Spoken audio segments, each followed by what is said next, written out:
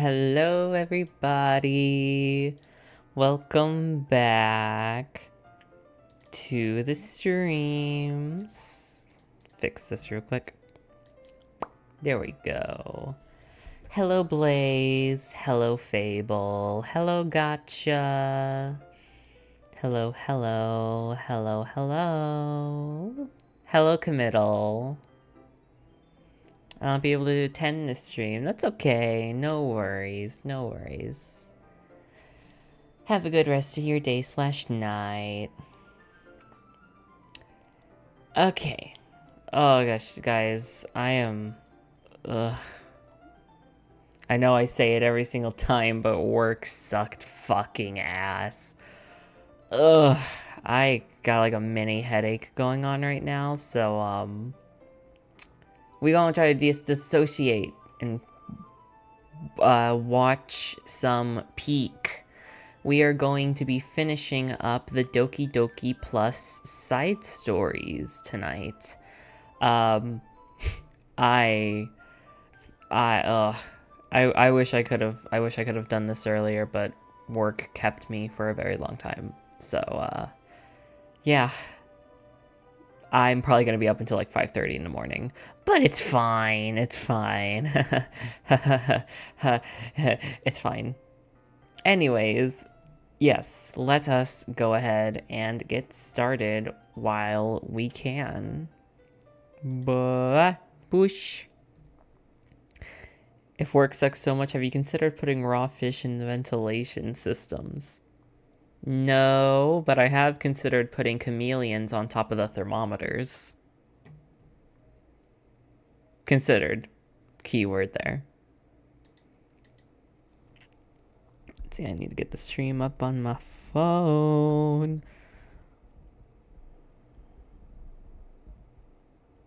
Oh my god. YouTube, why does YouTube suck now? You know something that's been pissing me off about YouTube?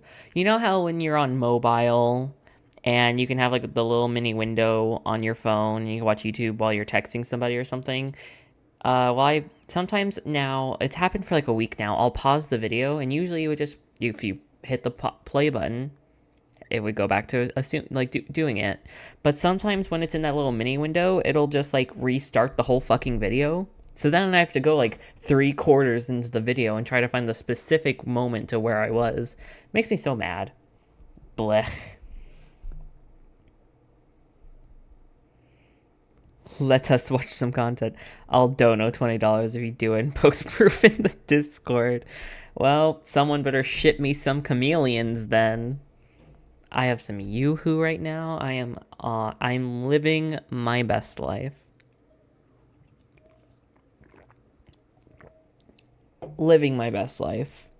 Alright, so we are starting the balance side story. This is the side story for Sayori and Natsuki.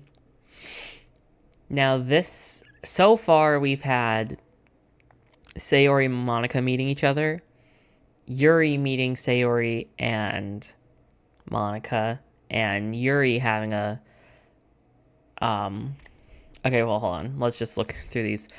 Sayori and Monika built up trust with each other. Sayori and Yuri worked out their misunderstandings and reached a better understanding of each other. Natsuki joined the club and learned to respect the club and respect Monika, and Monika learned to respect her and her interests. And now we are going on balance. And now, see, every single one of these has had like a very, like, the word that they choose is a very good word for the story.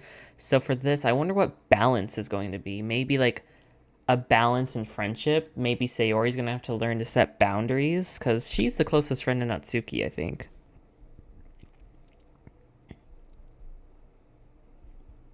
Hello, VVR7. Welcome to the stream. Hello there. I'm finally back after spending my time with stuff that I have to do, you know? Hey, it's alright. Welcome back. Welcome back. I said ship, not shit. Gotcha. I did not say that. I think I'll take a rain check on this stream. Everyone have a good stream. That's alright, Blaze. No worries. Alright, let's go ahead and get started. Hopefully the audio should still be okay. Let's make sure that the quality is good. Okay. Hello, Mons. Oh, geez, my voice cracked. That was not good. I have like fucking 4 hours to start doing voice acting. Hello, Monzo. Welcome to the stream. I almost forgot that you existed, Lamau. That doesn't matter anyways. I'm here now watching you play the game. Well, thank you. I appreciate it. I am not playing this, though, and I did discuss why in the first stream. Long story short, I don't have time. I'm spending all of my free time working, getting paid below minimum wage. I don't have the time to spend like 3-4 hours doing like 3 different routes to get every single side story for this game. So I opted for just better suit my time, to make sure I could get this out to you guys at a decent time frame, to just watch them on YouTube. And I will give the credit again. Every single one of these videos is by Dretchnox. Everyone, this is the credit. This is the guy. This is not my own video. This guy is cool. Thank you. These are very great videos. They're helping me a lot. Thank you. Alright, whatever. Let's get started. Natsuki!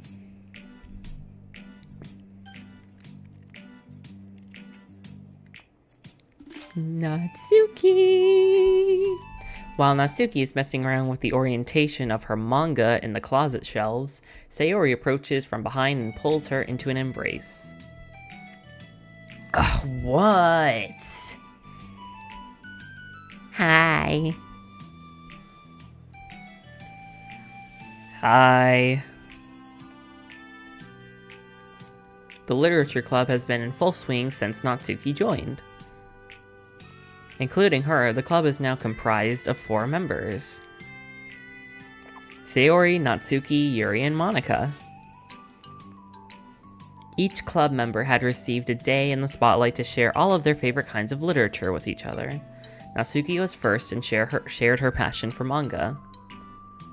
Then Sayori shared her love of poetry as well as how she goes about writing it herself. Monika, who has multiple literary interests, decided to focus her day on short stories. And finally, Yuri managed to demonstrate her obsession with fantasy with a little help and encouragement from Sayori. After the week was spent on their presentations, Monika decided to give the club members this week to freely explore each other's literary interests. Sayori, having spent so much of her time in the club so far with Yuri's fantasy books, is rather excited to begin her journey into Natsuki's manga collection. I want to read with you today. Tell me which one I should pick. Well, that depends on what kind of stuff you like. I mean, there's romance, drama, comedy, mystery. I like all of those things. Sayori reaches out and pulls a random book off the shelf and inspects the cover. Shouldn't this girl be wearing more clothes? You wouldn't like that one! In a panic, Natsuki snatches the book from Sayori's hand and then replaces it on the shelf in a less conspicuous location. Okay, well, if you really have no preference, then let's just start with something that's easy to get into. A lot of these don't start... Oh my god, I can't talk today. I can't talk ever. A lot of these don't start to get really good until like a few volumes in, and I can't. And I wouldn't ask someone to make that kind of commitment unless they're already really into manga. I could handle it. I did with Yuri's book at least. Well, I'm more considerate than that. Although I'm kind of impressed by your attention span if you put that much effort into her books. No, I have the attention span of a donut. But I love my friends, and I can do anything if it's for them. Well, okay then. Let's pick you out something that even donuts can read. I didn't say that I was a donut, just that I had the attention span of one. Aw, were you trying to call me sweet? You're so cute. No! How did you even get to that conclusion? Don't call me that. A donut?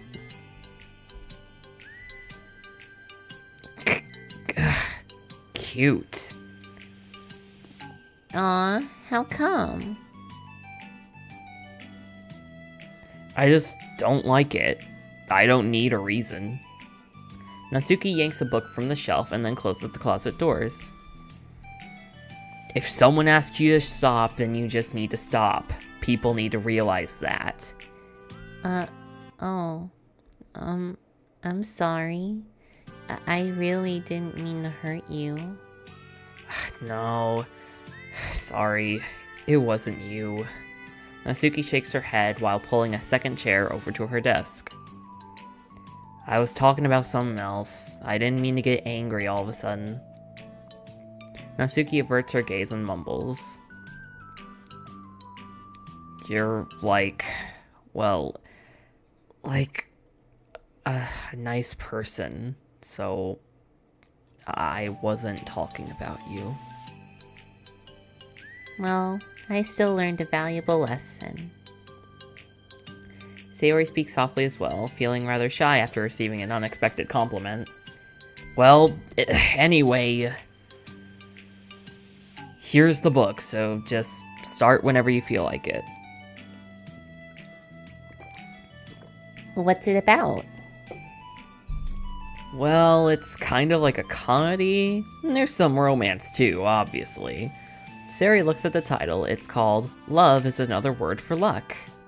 It's about a girl who keeps accidentally running into the same guys, and then you find out, like, well, I mean, you should just read it. But you have to tell me what you think. I can already guess who you're gonna ship yourself with. It would be so funny if I'm right. Ship? I don't get it. Never mind. Let's not worry about that yet. Just make sure to tell me what you think. Oh, okay. I'll start then. Hey, maybe tomorrow we can do poetry too. Oh, yeah, I guess. But you don't want to finish this first? Yeah, but we could do both. I mean, unless you don't like poetry, then I won't make you or anything. No, it's just... Well, never mind. We can worry about it tomorrow.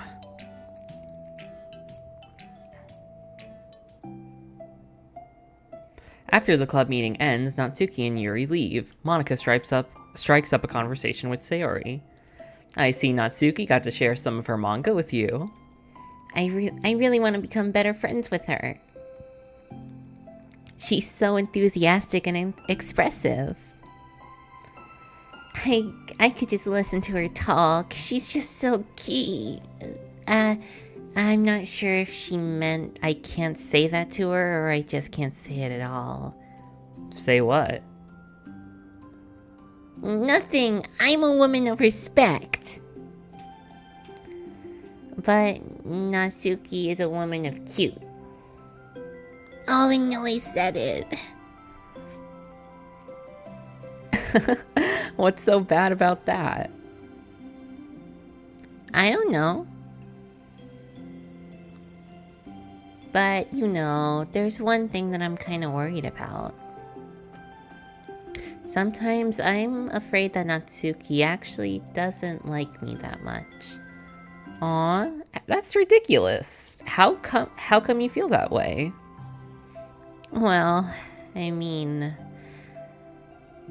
Just little signs, like how she only says hi to me after I say hi to her first. And it feels like she only gets excited to talk to me when it's about manga and the other stuff she likes. She just seems, dismissive a lot. She was like that when I brought up poetry. Yeah, but that doesn't mean that she doesn't like you. She's probably just shy, you know? Maybe. My stupid head is making me worry for no reason. It likes to do that. It's okay. Try not to worry so much. Everything will be great. But you can always talk to me about any concerns that you have. I'm here to help. You're the best. Sayori gives Monika a quick hug. Well, I'm gonna keep trying because I love her and I want to get closer to her. You got this.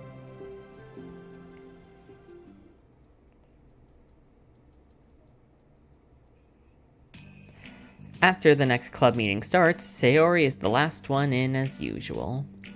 Trotting into the room, she sees Natsuki sitting alone by the closet, reading what must be manga. Without hesitation, Sayori pulls up a chair and plops herself right down next to Natsuki.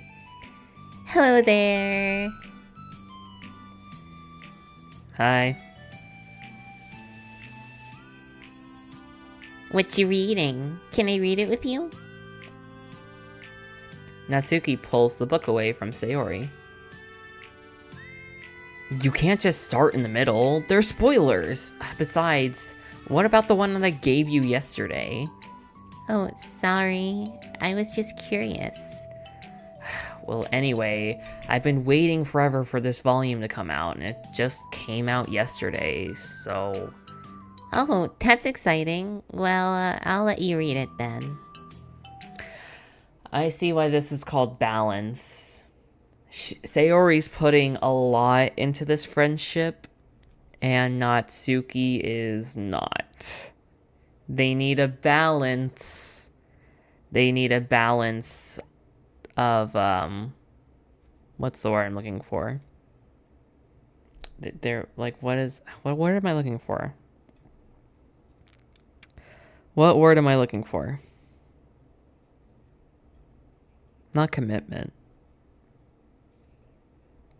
I'm trying to think of a word of, like, putting something in a relationship. Attention? No, that's not what I'm thinking of. They just both need, I guess, for lack of a better singular word, they both need to put, if they both want to be friends, they both need to contribute at the same amount to the friendship.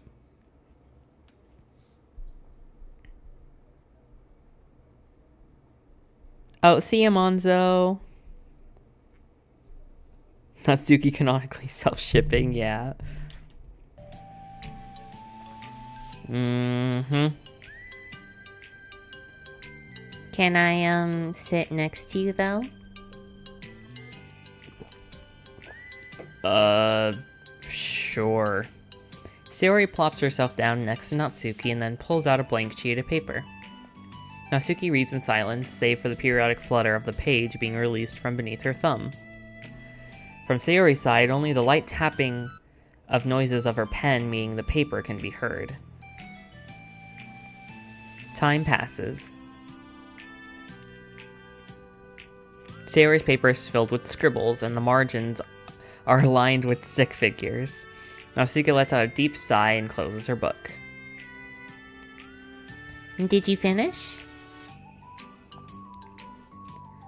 No, but it was a good stopping point. My head is swimming. I need a break.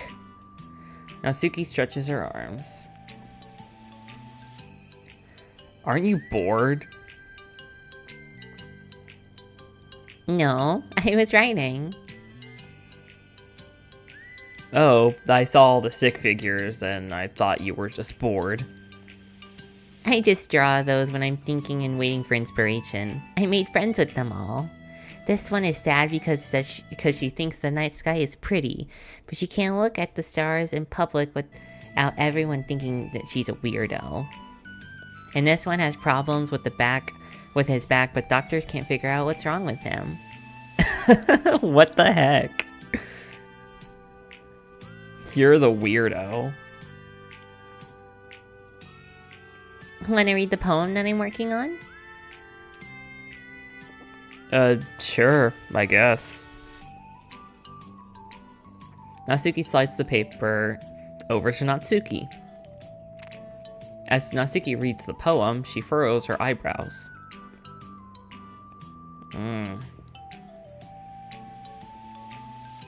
She slides the paper back over to Sayori. Don't you ever feel weird just sharing all your thoughts and feelings like that? I mean, your poems are, like, really emotional. Is that bad? Well, no. It's just an observation. I think people can get closer to each other if they find ways of expressing their feelings. Well... Natsuki begins to protest, but she can't really find a good way of putting her thoughts into words. Doesn't that depend more on the kinds of friends you have? I don't know. To each their own, but I've never met anyone that I'd feel comfortable sharing my poems with. Not that it's you, it's just how I am, so... You write poems?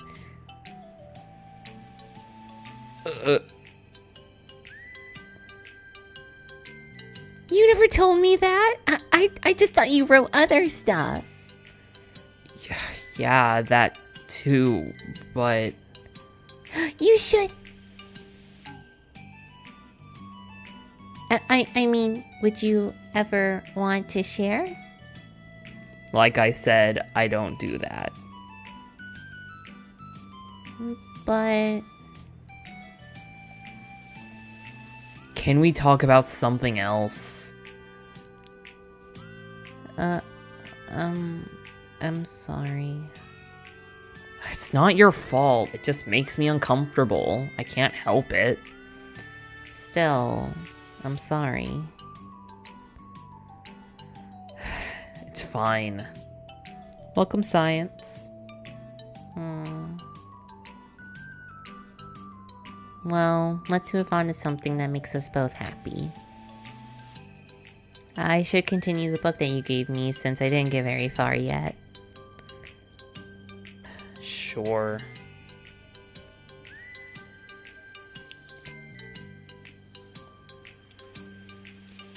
Over the next few days, Sayori begins each club meeting by approaching Natsuki with unwavering enthusiasm.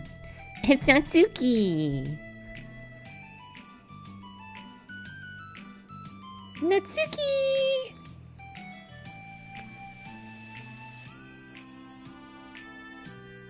Hi, Natsuki! Oh. At the end of one club meeting, Monika, who has become rather invested in Sayori's friendship mission, starts an innocuous conversation with Natsuki while she packs up. It's cool that you've been finding time to spend... Oh my god, I can't speak. It's cool that you've been finding time to spend with Sayori. She was pretty excited for the chance to read manga with you. Yeah. I'm sure that you've been enjoying the chance to share it too, right? Yeah, mostly.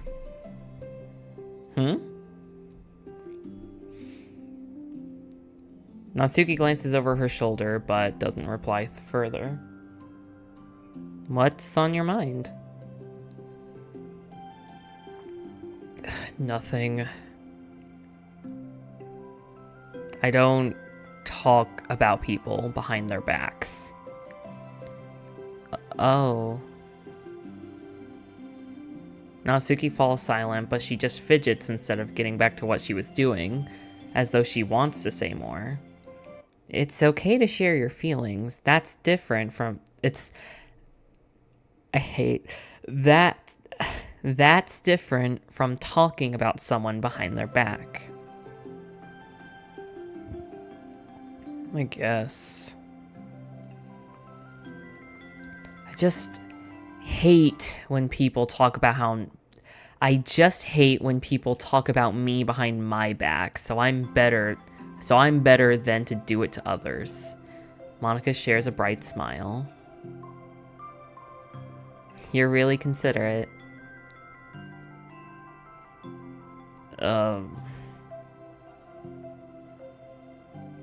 Thanks, I guess, but it doesn't really feel like it. You can trust me. Natsuki stands in silence for a moment, still fidgeting. I just feel smothered sometimes. I'm not used to someone being all over me right after we meet. I mean, it's fun to hang out with her, but I just have no control over the pace. I can't just meet someone and then instantly become best friends with them and share everything about myself. That's not how it works. I just want to chill out sometimes. Oh, I didn't realize that was happening. It's fine, why would you have? I know, but I still feel bad about it. I know Sayori, so I guess I should have realized. Monika navigates through her tinge of guilt, which has surfaced mainly due to her being the one who previously encouraged Sayori's behavior. Despite not knowing the situation, Monika can't help but feeling a little responsible. Do you want to talk to her about it? No, I wouldn't like that. Well, I don't know, I could divert her into another club activity for you, or something. No way, that would be so underhanded and mean. Sorry, I guess I didn't think that one through. Besides, just because I complained about it doesn't mean that I'm asking for someone to solve my problems for me. True. I'm sorry. I guess I just instinctively want to try to solve problems, even if I haven't been invited to. It's fine. I would talk to Sayori about it, but it would make things really weird between us. I feel like it would just make her I can't talk today. I feel like it would make her just constantly be afraid that she's bothering me. I don't know how to just keep things natural. Well, I think that if you do a good job by expressing all of your feelings, she would totally understand. Sayori really wants to be the best that she can be for other people. I think that she would actually be happy if you want to improve your friendship with her. Maybe. It just feels so dumb talking to someone about how to be friends with them. It's just weird and not cool. Monika shrugs. It's the literature club.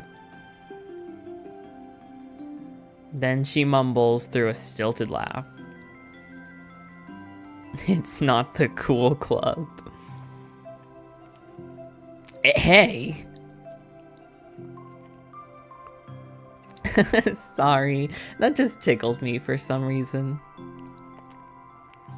Look, I know that you're kind of in a tough spot and it's hard for you to really express yourself.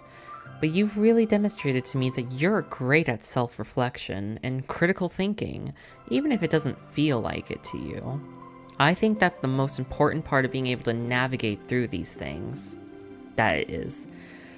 So I believe that you'll find the right thing to do. Well, Natsuki instinctively starts to reject the compliment, but she can't really find any excuse to do so. Thanks. Natsuki gathers her things, and she finishes her thought in a mumble. And I'm still glad I joined the club, even if it's weird sometimes. Monika smiles, but Natsuki turns her back and walks out before waiting for a reply. It was an unusual way for Natsuki to express her appreciation, but Monika knew what she meant. It made Monika feel like everything was really going to be okay. Okay, that's part 1 done. I'm excited to go further.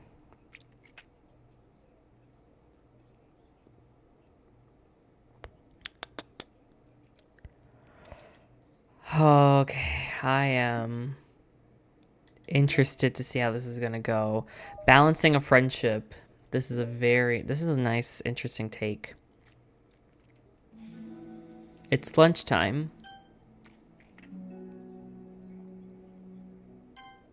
Sayori, who usually buys her lunch, is making her way to the cafeteria like any other day.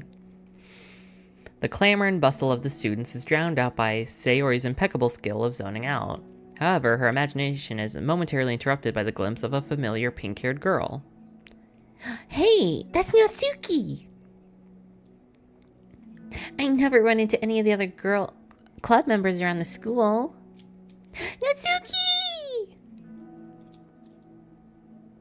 Sayori stands on her tippy toes and waves. Natsuki, who's busy walking and chatting with her friends, doesn't notice Sayori at first. Then she glances over at Sayori's direction. Sayori waves enthusiastically. Oh no! Oh, her friends are gonna make fun of her. Following her friends, Natsuki quickly ducks around the corner. Hey! She definitely saw me.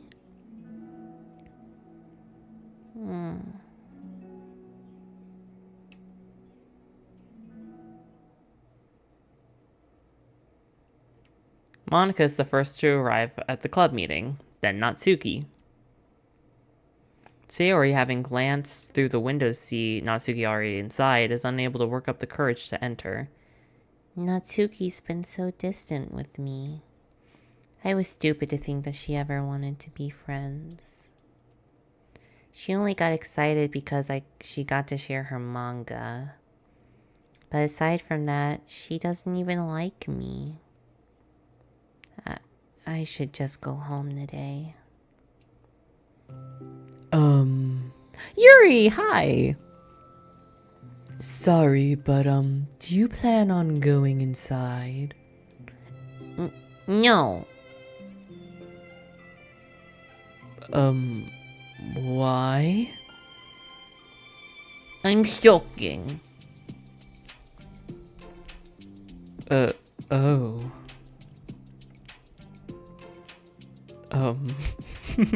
Well, I'm sorry if I'm bothering you. Excuse me. No, don't leave me. I'll stay here then. I don't want to go in. I'm afraid of bothering Natsuki. I saw her at lunch today, so I waved down and called to her. But instead of saying hi, she just ran away from me. Really?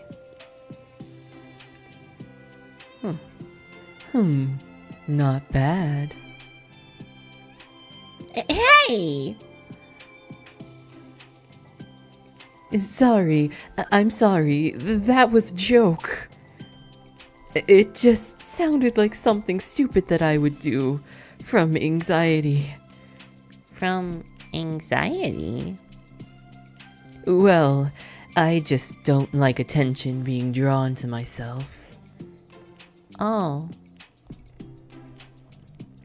Well, that makes sense based on the person you are. But Natsuki isn't shy like that at all. I thought we were friends.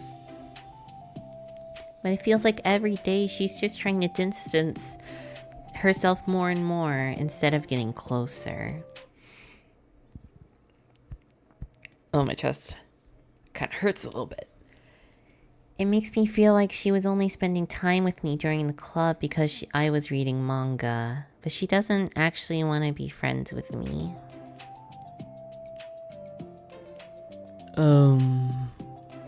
Everyone keeps venting to Yuri. Well, I feel like I'm missing a lot of context here. Was she in the middle of anything when you approached her? No, she was just walking with her friends. With her friends? Yuri pauses for a moment. How do I put this? Sayori, you're very fond of your friends, right? You always want to be spending time with them? Of course. I don't think there's anything more important to me. I mean, the best part of my day are always with my friends. Besides that, I really hate being alone, so... You hate being alone? Sayori nods. We're very different people. I cherish my time alone. I wouldn't trade it for anything. So I think... Well, if I was trying to have alone time and it was threatened with an interruption, then it just would not make me very happy. Yeah, but that doesn't have to do with Natsuki. She was already with her friends, not trying to be alone or anything. No, but I think it's similar. Well, we're all friends in the club, but we have our own lives outside of the club as well. If you think about it, making new friends isn't some casual occurrence that happens on a daily basis. A friendship is an invitation to intertwine your lives together, but the capacity at which each person is ready to do might be different. There are friends who just like to have fun together, and others who talk every day and share every detail of their lives with each other. I think when establishing a friendship, it's important to consider the comfort level of the other person. I mean, we don't really know much about Natsuki's life outside of the club. It could be that she simply needs to make friends at her own pace, rather than just jump head first into a new commitment. But that means I really was bothering her? I just really wanted to be good friends with her, so I treated her like one. Was I actually hurting her? I don't know. I'm sorry. My insight was really only based off of what I understand about my own needs. And Natsuki and I are completely different, so... Why was I so selfish?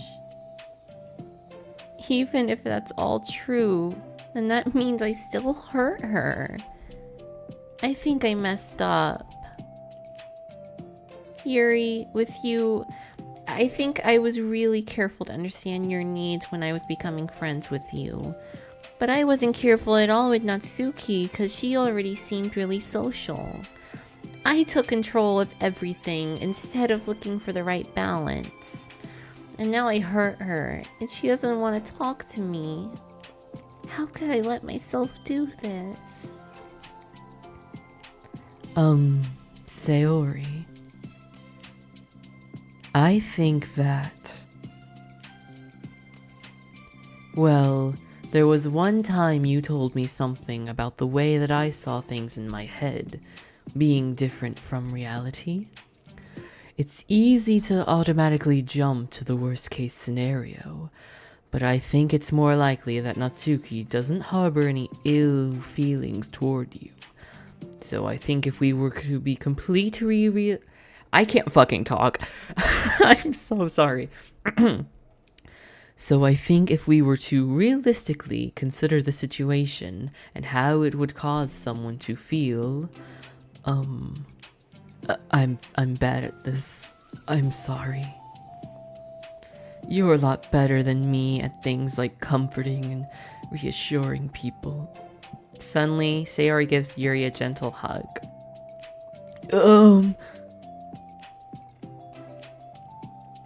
You're the best, Yuri. I'm sorry for burdening you with this. You're trying so hard for me. You're such a sweetheart. I just... It's not a burden. I enjoy listening to others. And my friends deserve happiness. Sayori beams. Well, I think I'm gonna give Natsuki some space. She should do what she wants. And if she does still want to be friends, then I'll learn her needs, and I'll match her boundaries. Yeah, I'm sure that's what's best. I wish I didn't feel so awful and guilty. It makes me feel desperate, like I need to make it up to her by trying to make her happy. But that's not what she needs, and I have to tell myself that. It hurts, but I guess it means I still need to grow. I really want to grow as a person. If it's to be better for my friends, I want that.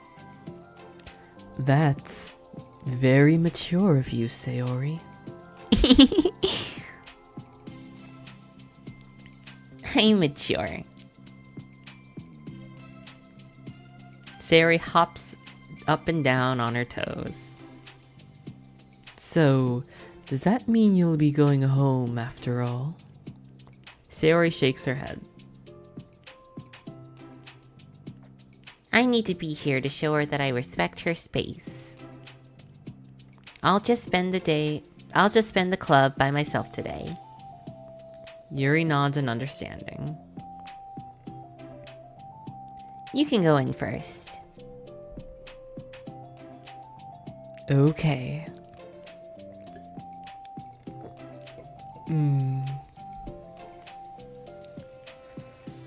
You're blocking the door. Oh. This game is so cute. Sayori steps aside. By the way... Before Yuri enters the club room, Sayori interjects. You said that you and Natsuki are completely different, but I don't think that's true. I think you're actually really similar in a lot of ways. Yuri smiles and shakes her head. Sayori, that's absurd. You're very silly sometimes. Yuri turns and enters the club room.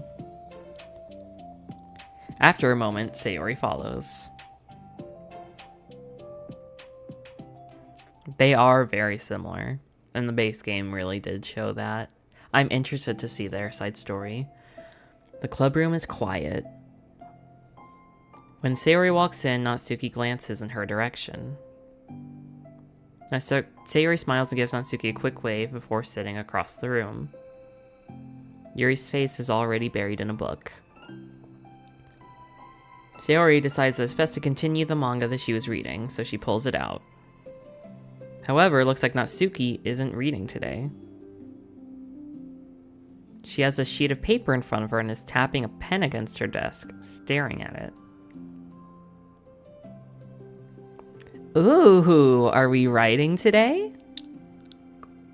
Monika speaks in a quiet voice, unwilling to disturb the peace of the club room. She kneels down at Natsuki's desk. Hey! Natsuki pulls the sheet closer to her and covers it with her arms. Sorry, I didn't mean to peek. Whatever.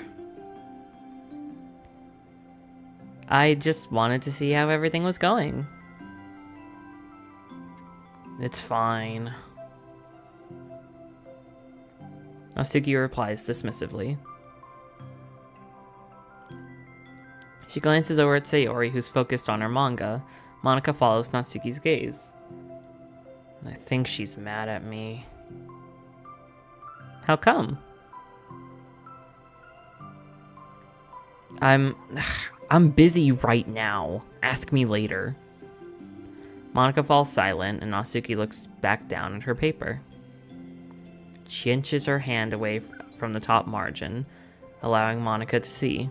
It says, "To Sayori."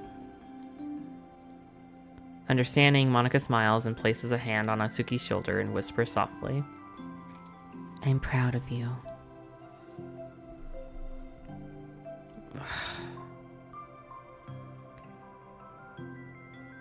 Natsuki looks away but makes no motion to remove Monika's hand.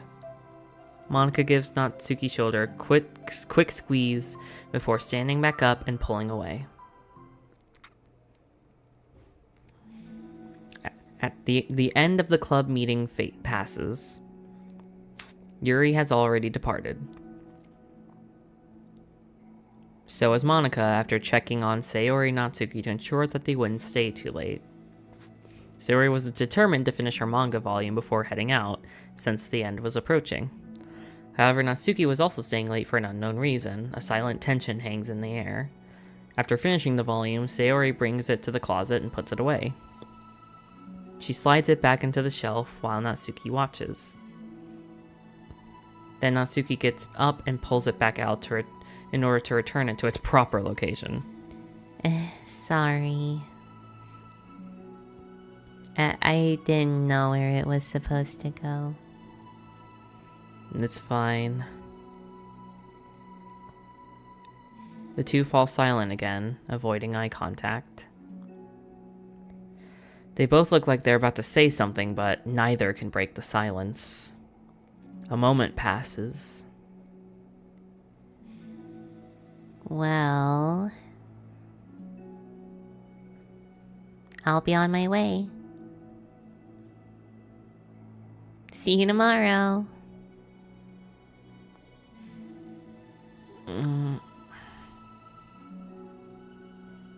Sayori turns away to hide her pained expression and then walks away from the closet. If there was any proof Natsuki no longer wanting to be friends, this was it. Defeated, Sayori carries herself out of the club room.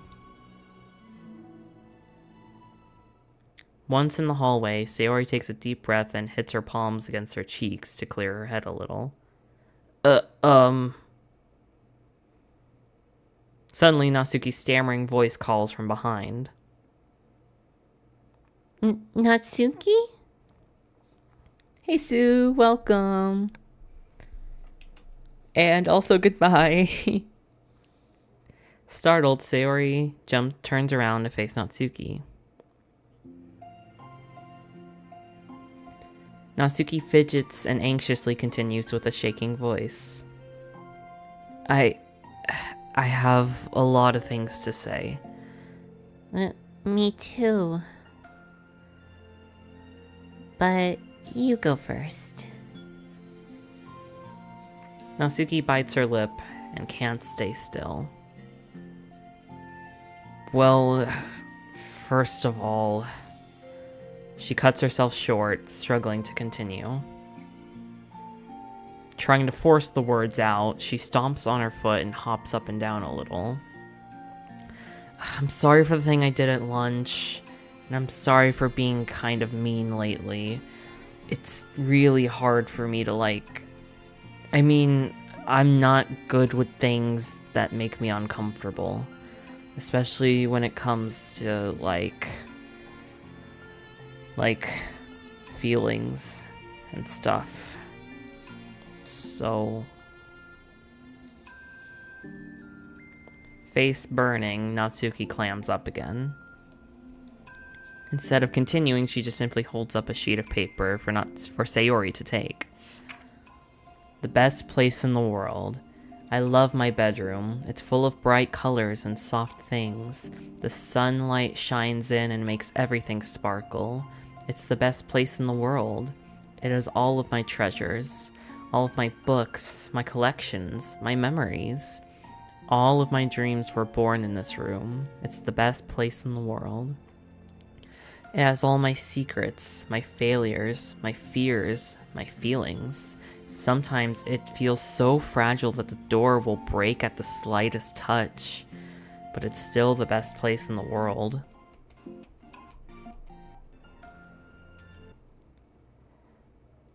Okay. But when someone knocks, I get scared. I brace my arms against those loose hinges. Please don't break. Please don't come in. I'm not ready. It's my best place in the world. The knocking won't stop. I block the door with furniture. An eye peeks through the keyhole and I panic. I'm trapped in the best place in the world. I'm not ready to share my favorite place. I need to clean my secrets and make my bed to hide my nightmares. I need to touch them to put them away, to see them again. I have so much to do and I'm scared. I'm not ready. But it's still my favorite place, and I still want to share it. However long it takes, if you wait patiently, I'll eventually open the door and I'll show you the best place in the world. Oh, that's actually so sweet. Oh my god. It's a poem, but I thought... Well, I sucked it up so that way I could work things out with you. So, just be happy about it. Please. Sayori smiles deeply from the bottom of her heart. I'm happier than I could express. I feel so awful, but I'm so happy that you would do this for me.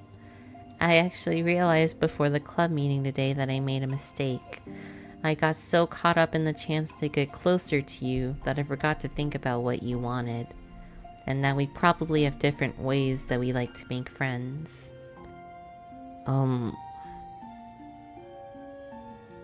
About the friendship stuff. I mean...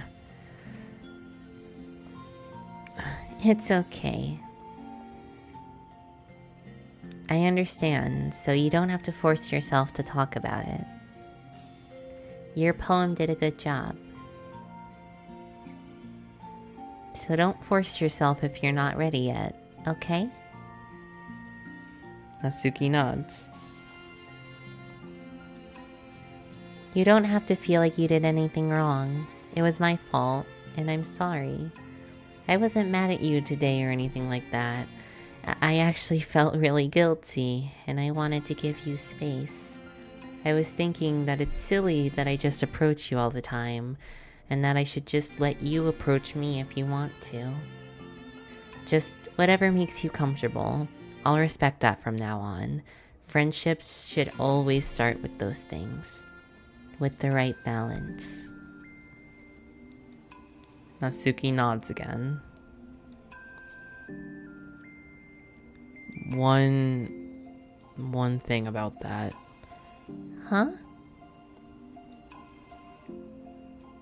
Well, I don't want to have to approach you all the time either. I just want it to be balanced, like you said. Sayori nods. I understand. Well, we'll make sure to do that together then. This is so sweet. Oh. Okay, crap. Well, anyway. Now that the two of them have found common ground, Natsuki finds it easier to speak more freely again. I'm not gonna be like sharing all my poems all the time now or anything like that, but I guess it wouldn't hurt to do it once in a while. only the best ones. So you better like them, or otherwise I might change my mind. I like anything you do, Natsuki. I was just saying. More importantly, I have to tell you about my new boyfriend. Huh? Oh, from the manga. Wait. I need to guess who it is. You definitely won't be able to guess. The two of them walk down the hallway together. Oh my god, we have so much to talk about. Darn, I should have told you to save the last 2 chapters so I could see your reaction to the big reveal. Aw, you wanted to enjoy it with me. It's so cute! Oh, shush. Hello, Suhayana? Or Suhayuna. Sorry, I want to make sure I said that right. Welcome and enjoy this stream. Enjoy your time here. And if I said it wrong, please let me know how to say your name correctly. I want to give you all the respect you deserve of saying your usernames properly. Oh, shush.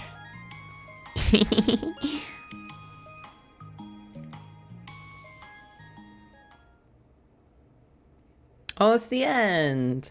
That was so sweet. That was so cute. Oh, shit. Whoops.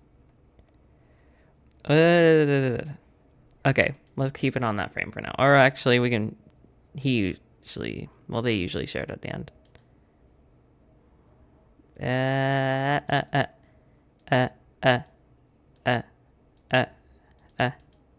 There we go. Wait, no. I want to talk about it, but go on. I don't know what that... That is kind of gross. I don't like that YouTube recommendation. So we're just going to keep it on here. Okay. That was so cute. That was so cute. I loved this so much. I think Sayori and Natsuki is such a cute duo for me. And to see them both navigate like a friendship with each other, it's just, oh, it warms my heart. That warmed my heart so much. These are like my 2 favorite characters. So to have them both in the same story really brightens up my day. Natsuki is like a character I like a lot. So much so that I did her route when I did my original playthrough. But Sayori is literally just girl me. So I relate to her more.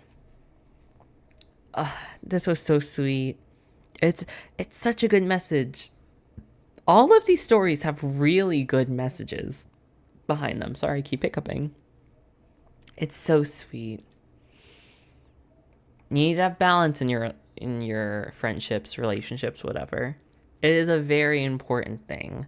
And I didn't see it from Sayori's perspective, but it completely makes sense.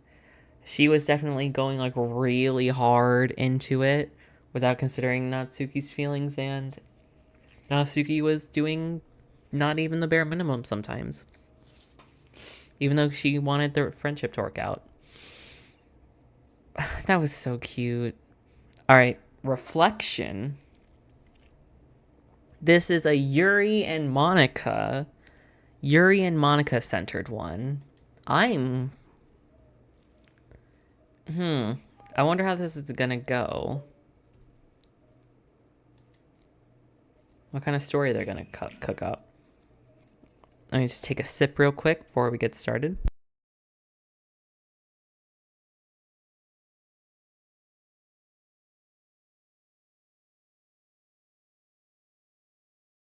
There we go. Replenish my throat muscles.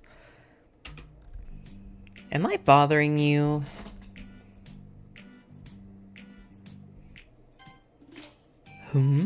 No. Okay, just checking. It's hard to tell with you sometimes, since you're always so into reading. It makes me scared to interrupt.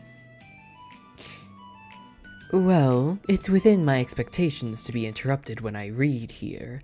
It's mainly when I'm by myself when I don't like it. Well, that makes sense. I guess if you're here in the first place, then you're more ready to socialize, even if it takes a little bit of prodding. It's not so bad to be social if I let others do the work. So it can be healthy to put myself in a social environment every now and then. It's mostly difficult when I don't know anyone, or there are too many people, or everyone's being too silly for me to keep up with. Yuri glances around the room at Sayori and Natsuki. Sayori has her head cocked back and her mouth open, trying to catch pieces of a cookie that Natsuki is lobbing into the air, but the pieces kept bouncing off her face and hitting the floor. Oh no! You're wasting a fucking cookie! Stop! Maybe I should say something. No need. They just ran out of cookie. What a waste. They've become really good friends, haven't they? I'm happy. Sayori seems particularly good at making that happen. But the two of them are both on the energetic side, so I suppose that works out well. Yeah, come to think of it, I haven't had many chances to talk we haven't had, she didn't even say we, you and I haven't had many chances to talk one-on-one, haven't we? Though that may be partially my fault, since I'm supposed to be the one engaging club members. Not at all. I've probably formed a bit of a habit of drawing minimal attention to myself. The responsibility is equally on me, at least to display some openness to engage. Well, what about during times like lunch? Do you meet up with friends? I just read. Oh. But I like it that way. It feels nice to be carried off again after a morning of classes. Huh. Do you always read fantasy? Oh, not always. I suppose it's all I've read recently, but only because I'm in the middle of this series. There's still 2 more books after this one. I guess those long books suit you well, since you spend so much time reading. Well, fantasy may be my favorite, but after that, I'm more or less indiscriminate to genres. I'll read anything with depth and maturity. Oh yeah? Even like romance? Well... Hello, Fazbear. Welcome back. There are a lot of books that have elements of romance in them. Oh, come on, Yuri. You know what I mean. Monika lowers her voice. It's a guilty pleasure of mine. I won't tell anyone if you do too. Maybe more when I was in middle school. I mean, I was really lonely and people were mean to me a lot. So it kind of felt like... Please don't make me think about the past. Sorry, I just got super curious. You know, we should totally pick out a romance novel to read. That would be so much fun. Absolutely not. Really? Even if it's just between us? Try asking someone who has no shame, like Natsuki. Ouch.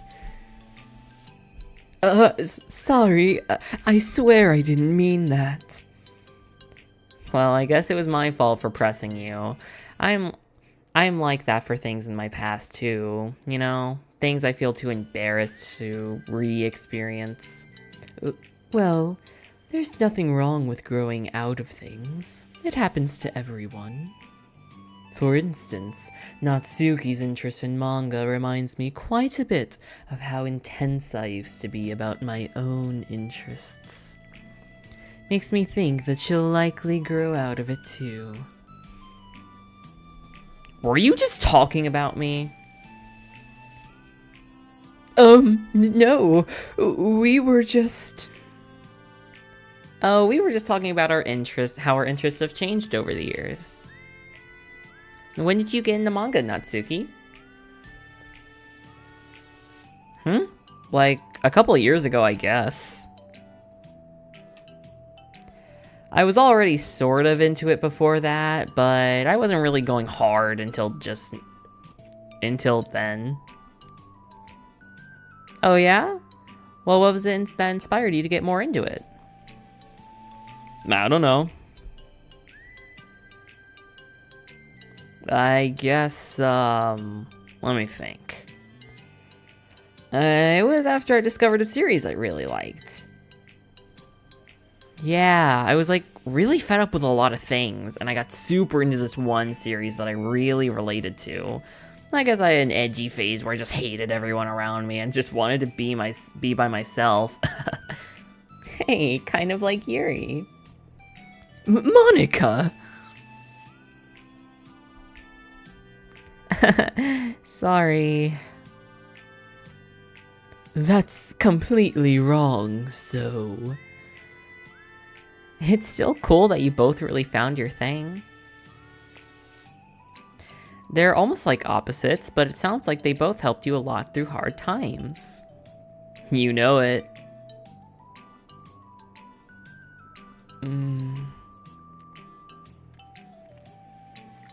Wow, what the heck? Is that book even bigger than the last one you were reading?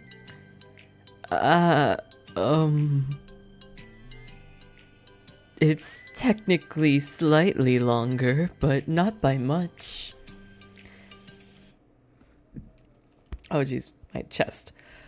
How high do you think it would go if you stacked up the whole series? Natsuki estimates by holding her hand above her head, sizing up an imaginary stack. I should get one of those mangas that's like 50 volumes long so I can say that I've read more than you.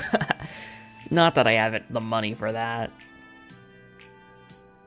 Please, that would hardly count when your books are only a few words per page. I know, I was joking. I could never actually read your books like yours. It's too boring for me. Yuri shoots a glare at Natsuki. It's not boring. Chill, I said for me, not for you. I could have my own opinion, I just think it's too convoluted. Ugh. Sayori, are those all from the floor? Oh.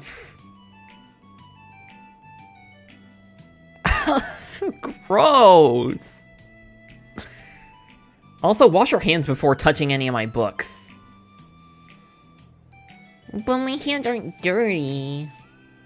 That's gross, Sayori. Just do it. The oils are there even if you can't see them. Fine. Sayori trots out of the door and Natsuki follows.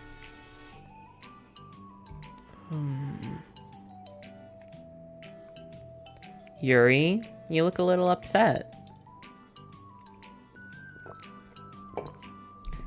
What kind of nerve does she have to call my hobby boring?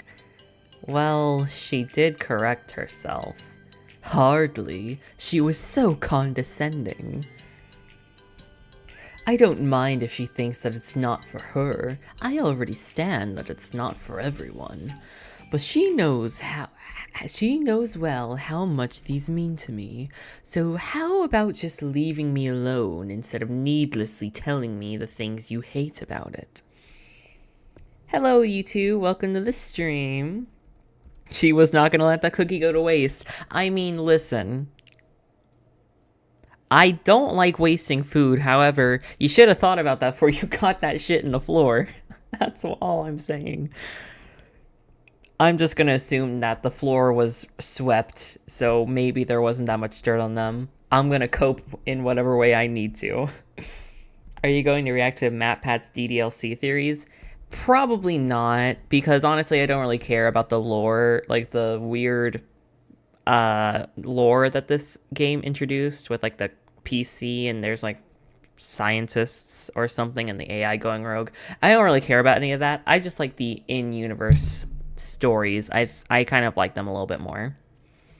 That's just me personally, because I was told yesterday that this is not before the game when Monika became sentient. This is just an alternate timeline, which I don't understand. And honestly, I don't know even know if the context would save that for me. So I'm just headcanoning this as it being in the same universe, and that's how I'm able to enjoy it more. Because it's like, at that point, why should I care about what these have to say if they're not canon? So yeah, I'm having to do mental gymnastics of my own. It's really interesting. Also, I'm just not a big fan of the MatPat's theories, really.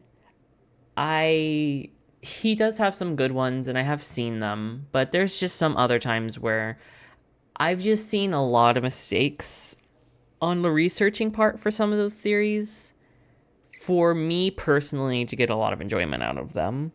I won't say which videos, and I'm not calling anyone out. I'm just saying that I've just seen enough videos that I think were poorly researched for me to just say that I don't think the channel is for me. And that's okay. It's sort of both. Yeah. So that's just my view on it. I just want to appreciate the the sweet backstory stuff, even if it's not technically backstory stuff. But she knows how much the D's mean. They're just for entertainment anyway. Yeah, I mean, it's just not for me, and that's okay. It's for other people, and that's perfectly fine. But yeah, it's just not for me. But she knows how well these mean to me. How about just leaving me alone instead of needlessly telling me all the things you hate about it? Yeah, I read that.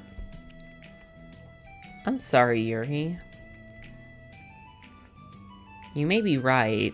This won't be the last time that people have strong feelings about what they like and don't like, especially in the literature club, so I need to figure out how to mediate discussions to keep them positive and constructive. For the record, I've always been impressed by the level of creativity in your books, and also your ability to get through them so quickly. Thank you. Okay, well, this is something that I'll have to think about and revisit. I'm sure that I can help Natsuki find some common ground with you. Common ground isn't necessary. I just wish to be respected. That then. Either way, I'll do my best. I'm skeptical when it comes to Natsuki. I trust you, Monika, but I'm skeptical. Yuri can be so condescending. And that's like, they are so similar, and I think Yuri just hates how similar she is to Natsuki. Because they are both very judgmental people. And to think about this, Yuri is seeing Natsuki from the perspective of her being an immature child. She's condescending in that way. Natsuki is condescending because she just assumes that these like books that she reads is like so fancy, convoluted, doesn't need to be like that. It could be so much more simple, and you're dumb. But I mean, at the very least, she is. I can't even say that. Both of them say, "Oh, it's okay if it's not for you. Just don't be mean about it." But they are openly mean about each other. They're both very hypocritical in that way. So I think Sayori hit the nail on the head. They are both very similar. I'm leaving. All right, see you, Fazbear. Oh, I'm driving my car to. Fun fact: Sayori has a guitar. Monika has piano. Natsuki has a flute, and Yuri has a harp/cello. Huh. I actually didn't know that. Interesting. I never thought of. Huh. I'll try to. I do notice that there's some musical things that play, but I was like, is it a character-based thing or is it an emotional scene-based thing? Like, do they only pick certain songs for certain scenes? But wow, I'll try to keep an ear out for that. Okay, let's okay,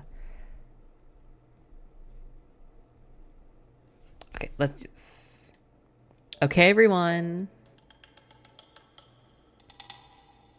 We have a special club meeting today. As you know, the Literature Club is a place where we get to share things that we're really passionate about. But it also means that we should be more mindful of how we respond to each other's feelings. I think we have a chance to turn our differences into positive energy for each other.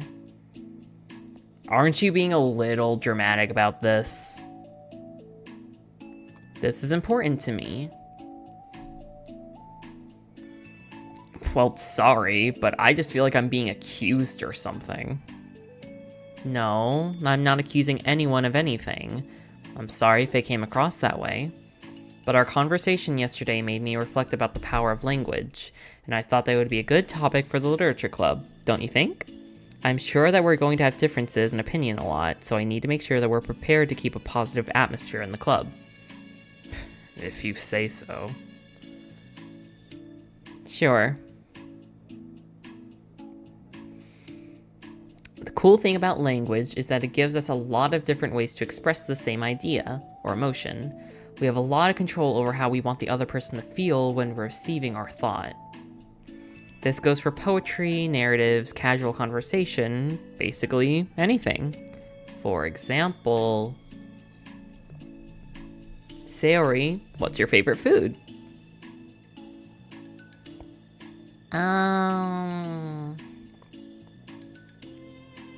I have them organized by category. Should I start with snacks? Or do you mean like full meals? Should I include breakfast? Oh, jeez. Oh, okay, how about your favorite fruit? Oh, that's easy. Cherries. Really? I always thought cherries tasted tasty. What? Cherries are delicious! Whoa, that's a pretty strong reaction. Well, I just don't understand how someone... Oh wait, did she say nasty? Oh, okay, hold on, let me reread that. I always thought cherries tasted nasty. What? Cherries are delicious, though! Whoa, that's a pretty strong reaction. Well, I just don't understand how someone could think cherries are nasty. Well, how does it make you feel? I don't know. Sad? Defensive, maybe? Yeah, I got defensive. See, the reason you had such a strong reaction wasn't just because I don't like cherries. It's because you felt like your opinion was under attack. But that's weird, right? Something like taste is completely subjective. But when I say something like, I think cherries are nasty, I'm using objective language. I'm challenging Sayori's reality that cherries are delicious with my own, which is that cherries are nasty. Wait, hold on! How is that objective when you just said something that's only your own opinion? It has to do with the way that our brains interpret words. You're talking about the reality of cherries, not your feelings of them. like Sayori. Let's rewind for a second and pretend that I didn't tell you that cherries were nasty. Good. So what if I said instead, oh my god, I can't fucking read. So what if instead of that, I said like, I've tried cherries and they're not for me. It's not the kind of flavor that I enjoy. Well, that's fine. Well, as long as you don't call him nasty. Nasty is a, well, nasty word. Okay, so cherries were kind of a weird example, but I think it gets the point across. This time around, instead of talking about cherries, I just talked about my feelings and Sayori didn't get defensive. So instead of clashing with each other, it's like we received an invitation to talk about our differences. Yuri, you don't need to take notes. I'm not gonna quiz you or something. I know that. I was just...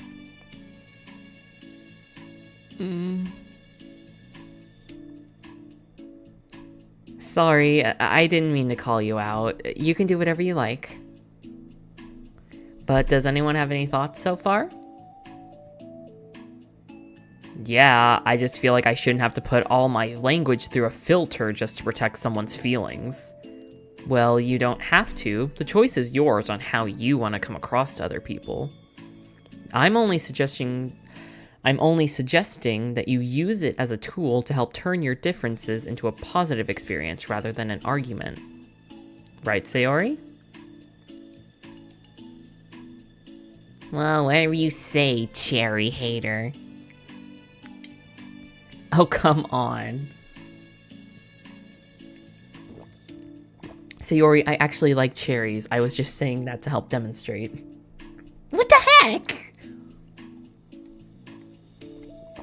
I've been duped! I fucking love you, Sayori. I'm sorry, Sayori. I'll make it up to you later. How about a cherry sundae? You are welcome to dupe me anytime, my beloved president. Buying your people's loyalty. How deplorable.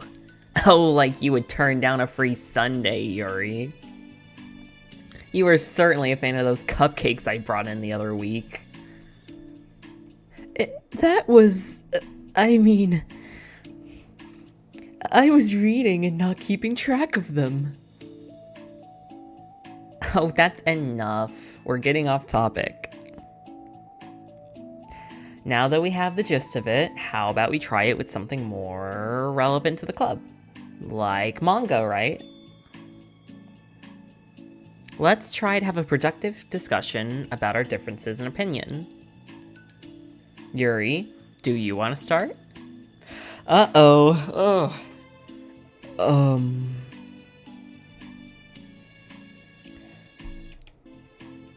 Just want to make sure. I was just looking at the title, make sure we were still on part 1. Well... I'd rather not know. Aw, how come? Well, because... I don't see how anything productive can come from that. I'm just going to start a fight. No, it'll be fine. That's why I'm here to moderate. Let's just have a calm and rational discussion. Yeah, give me a little more credit. I'm not a child and you don't have to coddle my feelings. I always think that it's more respectable to just speak your mind. Respectable? Yuri's expression changes at that word. As Monika recalls, being respected was the crux of the matter for Yuri. Well, the point of the exercise isn't exactly like... It's fine. I have nothing against anyone personally. You're entitled to enjoy whatever it is you like. I just prefer more depth and nuance in my reading material. I look for stories that are imaginative and sophisticated beyond the surface level. Oh, well, that's just a misunderstanding then. I thought you were gonna say that manga's for children or something. Like, I don't hear enough of that. But there's plenty of deep manga. I'm not clueless about manga. I've read my own fair share when I was younger. What? Are you serious? How come you never told me? Well, because I'm past that point in my life, and I really prefer not to revisit it. I prefer more mature things now. Excuse me? Okay, hold on. Can I jump in here? Let's try to keep things subjective. Because if you imply that manga is immature, then aren't you implying that someone is immature for being into it?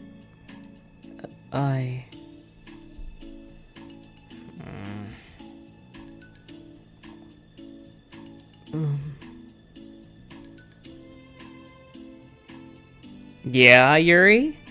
Well, maybe it's immature to judge people for having different tastes than you. Natsuki. Nobody's immature.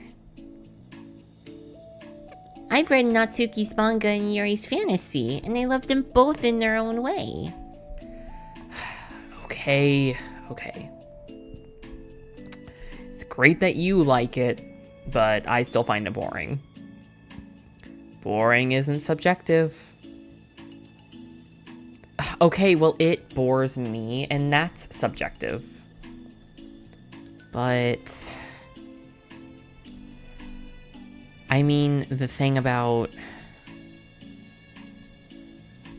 this is ridiculous. Do you see why I do not want to participate in this? I knew it was just going to make people upset. I'm not upset. Like I said, I don't care what other people think. But I always got the impression that you secretly looked down upon me, so I'm glad my suspicions were confirmed. That's not true at all. You're making assumptions. You can't blame me for getting defensive when no one has ever had the least bit of respect for the things that I'm into. The only thing I look down upon is when people make fun of me for just being myself and trying to mind my own business. What? Have you looked in a mirror? Tell me again about respect after calling all of my interests immature. You can't. Please stop. Please. You don't mean the things you're saying right now. Let's just be friends.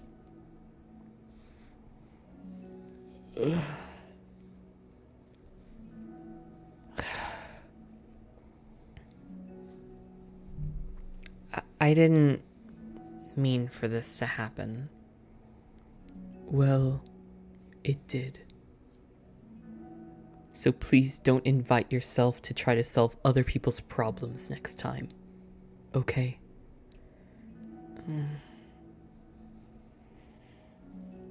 Yuri's piercing words send the club room into a choked silence as she gathers her things.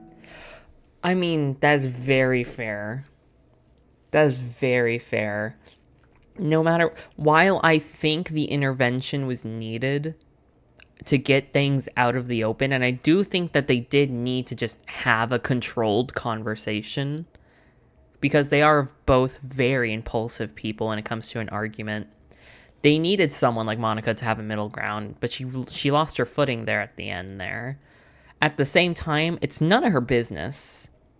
It is not any of Monika's business to put herself into their their business. Monika said she would just try to get Natsuki to understand her point of view. She didn't tell Yuri that she was going to do this. So, and then she pulled her on the spot.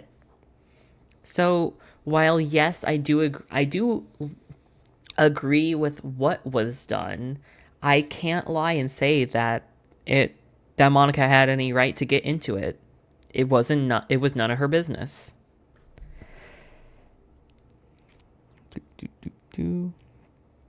It's the only song without piano because Monika hasn't appeared in the game yet. Oh, I see. Psychological conversationing. Yuri is the most biased person in the club. Yeah, I can see that. See you later. Still excited for Matt Pet's theories. All right, see ya. Maybe it's Lawyer, but Monika, a different game. Okay, interesting. I will see you later. Okay, she leaves. I'm gonna drink some sparkling water now. Holy crap. I've never heard her sound like that before. She must be so pissed. Well, you weren't exactly being nice either, so... I was just saying. How did this happen? It's my fault. Yuri wasn't wrong. I shouldn't have tried to moderate a conflict when I know how bad I am dealing with conflicts. It was a really stupid thing for me to do. It's no one's fault. It wasn't stupid. Everyone in the club is a nice person. No one would have expected this. But I guess we're still sensitive about the things we really love. Honestly, she kind of brought it on upon herself. Like I said, I don't care if you're not into manga, but if you actually look down on other people for it, that's kind of the point that I was trying to make in the first place. It's not about sugarcoating things, it's just about recognizing and understanding our differences.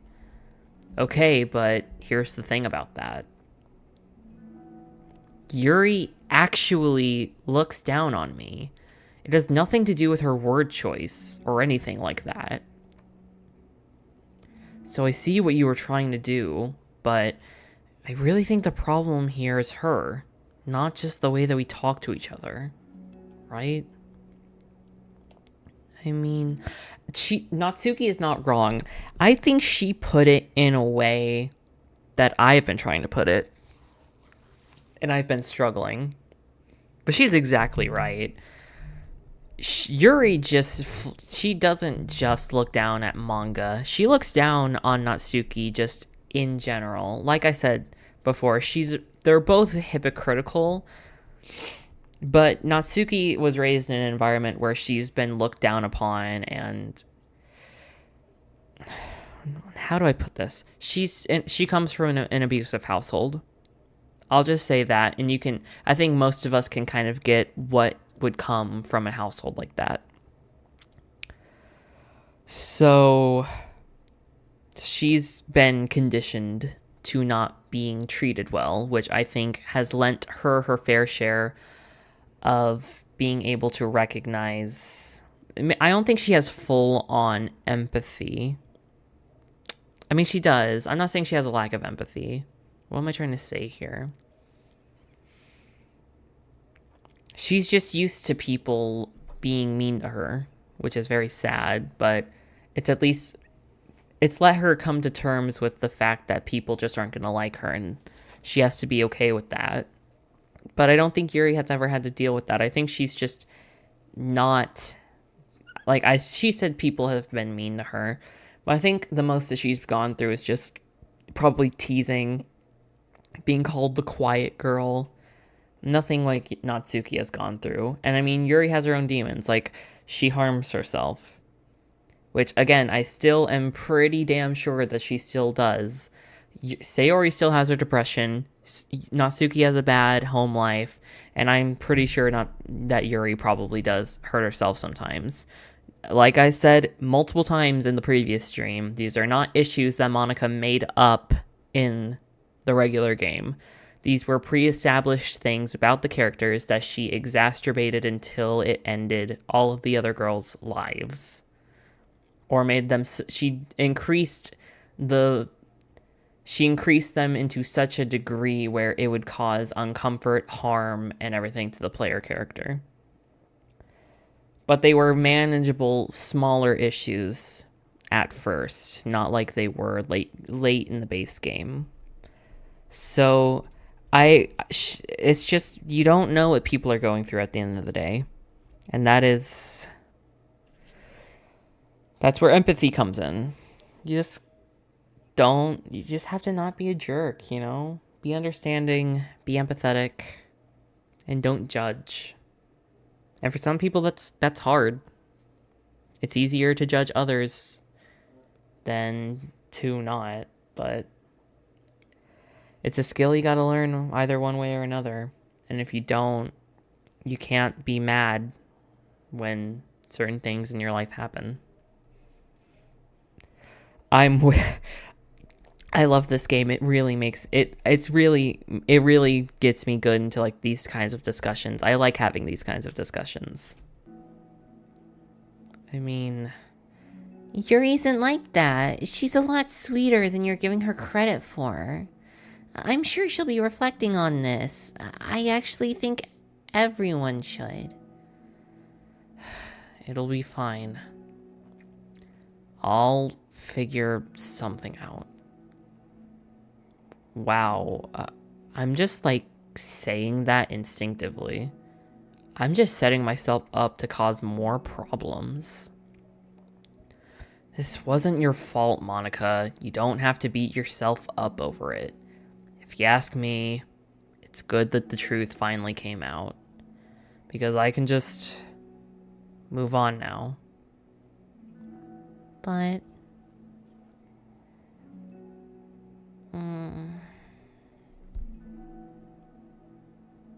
It's fine. I promise. Let's just get our minds off this, okay? In fact, it's a good opportunity to read some manga without having to worry about feeding Yuri's superiority complex. Don't be mean. I'll talk or read manga or whatever you want, but don't be mean to my friends, okay? Sorry. I'm just bitter. Everything will be okay. I mean, I don't have the answers, but I at least know that we're all good people and we don't want to hurt each other. This will be a learning experience. Monika says that, but her uneasiness is given away by how much she has to force the reassuring tone in her voice. This was bound to happen. Natsuki and Yuri have always engaged with each other the least out of everyone, and this is the reason.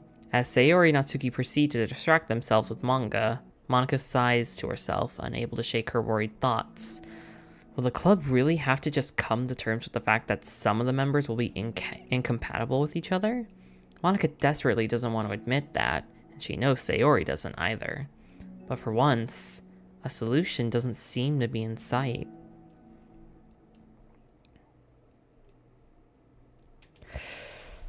Oh boy, this is so fucking interesting. But while it would be really nice if they, and I mean in the base game when Monika isn't in the club, and you have that super like sappy ending, they were able to, actually become friends. So much so that like they were both willing to try out books from one another. Natsuki was going to read a novel and Yuri was going to read a manga, and they were going to go to the bookstore together and find one.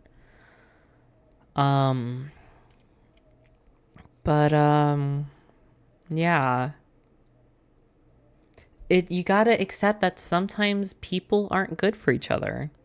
and some people just won't get along with one another. And that's perfectly okay. People are just not going to like other people.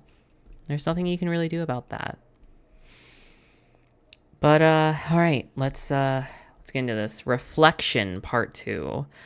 I really want to see how they're going to breathe life into this word reflection. A new day arrives.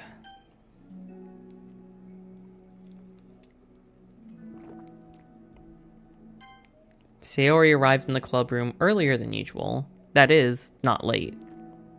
She enters and it appears to be empty still. So she sits down at a desk and pulls out a sheet of paper, primed to jot down her thoughts. Sayori has made a habit of scribbling her thoughts and feelings onto paper whenever possible, as it tends to serve as her best inspiration for poetry.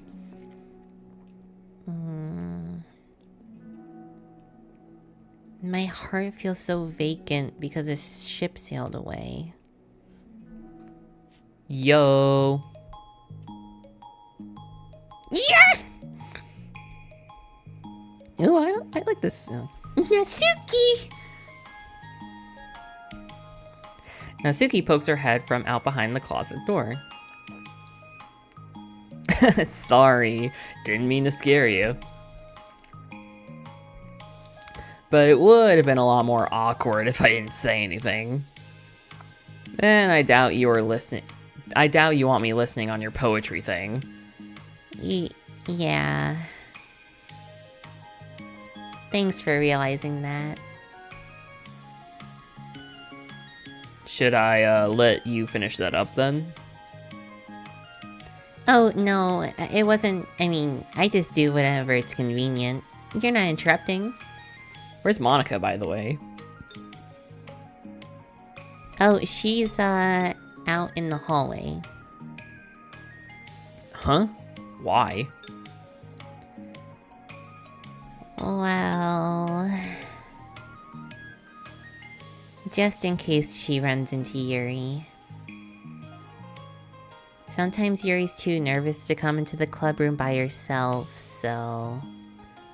Oh. Jeez, does Yuri really let things bother her for that long? She can't control her feelings. For some people, it's really hard to cope when you get a bad thought in your head. Maybe you can distract yourself for a little while. But as soon as it's just you and your thoughts again, it comes back. Ugh.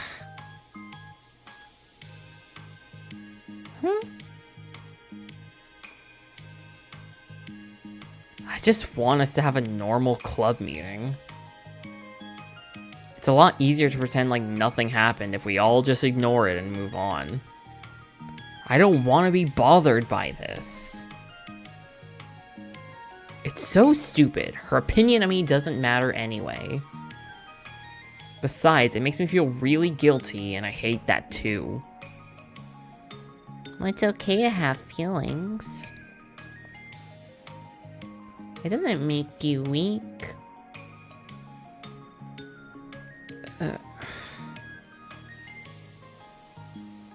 Let's figure this out together. Fine.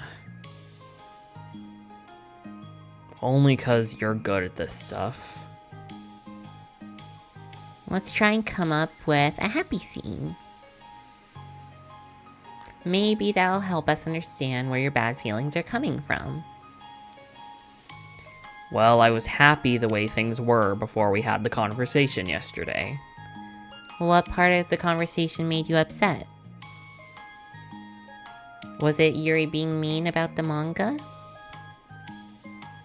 Maybe. I doubt it, though. Because my friends and other people make fun of manga all the time, but I just brush it off and I ignore them. But something about it really got to me this time, and I hate that I'm letting that happen. Is it because it came from Yuri?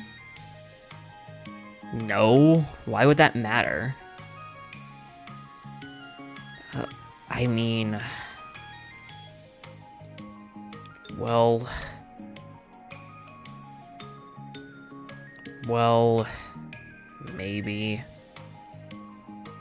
I hate that she thinks that she's so much better than me, just because she likes to pretend to be all sophisticated. Yeah. I gotta sneeze.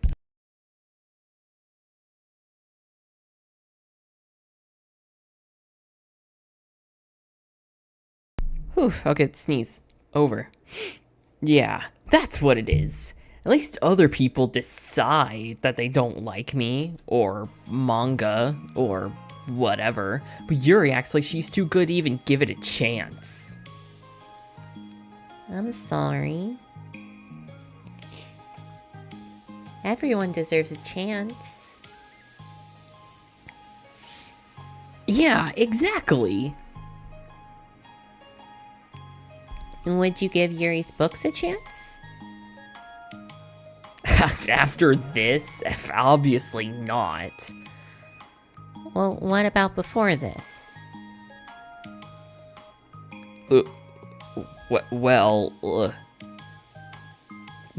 I would until I got bored, which wouldn't take very long.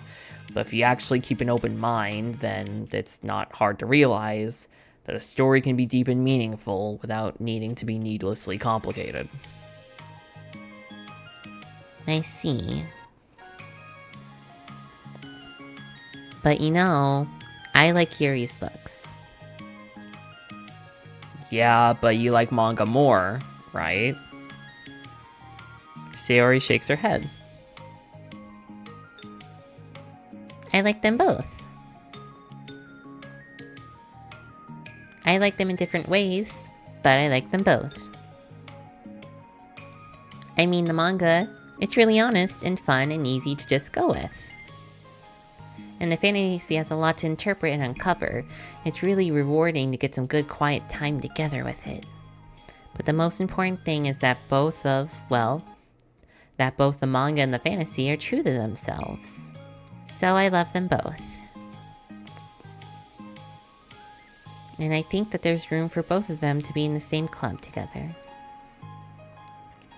And I just feel like maybe they have more in common than you would think.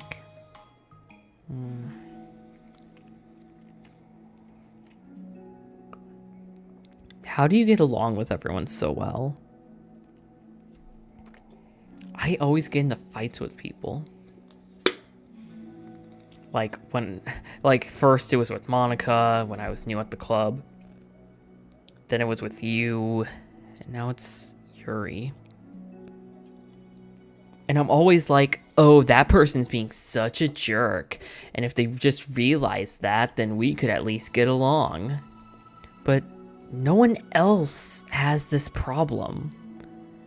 I just keep running away from the reality that everyone's just a jerk to me because no one likes me. And I don't know why. And I don't know what to do about it. I don't know what's wrong with me. I hate it. Natsuki. Sayori puts a comforting hand on Natsuki's shoulder. You're a wonderful person, and you deserve to be loved just as much as everyone else. Everyone has a different way they like to communicate, you know? And sometimes that makes it harder for us to understand each other. I think that sometimes we get lucky and we make friends who are really good at the same kinds of communication. And it feels like you magically connect with them. And other times, even if both people are really nice, it's easy for them to misunderstand each other or get the communication wrong. It's something that Yuri struggles a lot with too. It can be really hard, and it takes a lot of, reflection and self-awareness and vulnerability. I'm bad at that one. Vulnerability. I always have to be the strongest. What do you mean? Tell me about that part of you. Well, it sounds stupid, but I'm used to people being mean to me. Like my friends and, I guess my dad. Like when I don't get good grades or even stupid things, like if my room isn't clean. So, what am I gonna do? Cry about it? If I let myself get upset, then it's just letting them win. I'm better than that. I'm better than all of them. So, things always have to be everyone else's fault. It feels like if something goes wrong, and there's even a tiny hint that it was my fault, then I just get really angry, and I always find ways to blame everything else instead. Do you see yourself as better than Yuri?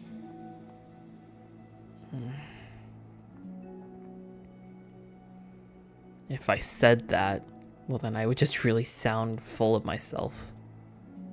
Sound really full of myself. No. Our thoughts and our feelings are two completely different things. Even if we don't like our feelings, we have to understand them if we want to learn more about ourselves. That's a part of vulnerability, you know? Accepting that we have feelings that we don't like. I hate that. My feelings make me a bad person. Because my feelings just want me to tell me that I'm much better than her. That she's judgmental. That she's a judgmental know-it-all who's stuck in her edgy phase, and that I'm way above that garbage. But I'm terrible for feeling that way. You're not terrible. You are not your feelings. But you are not your feelings. Say that to yourself out loud.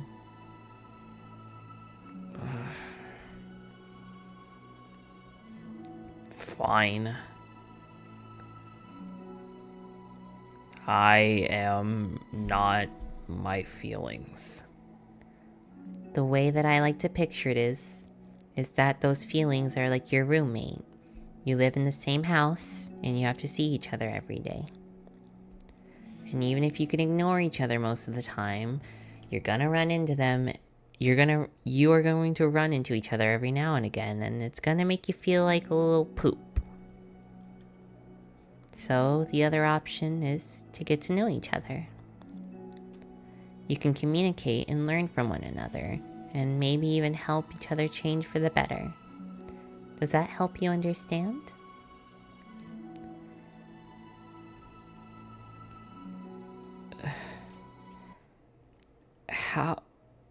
How do you know so much about this stuff?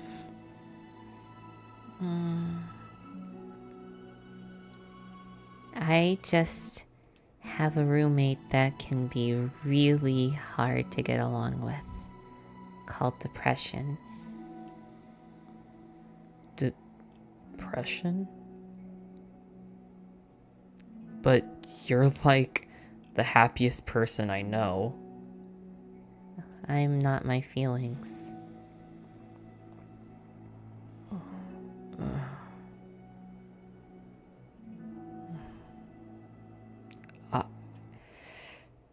I want to be a good person.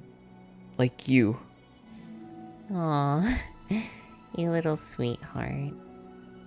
We're all good people. You, Yuri, and Monika. And I think Yuri will eventually learn that about you.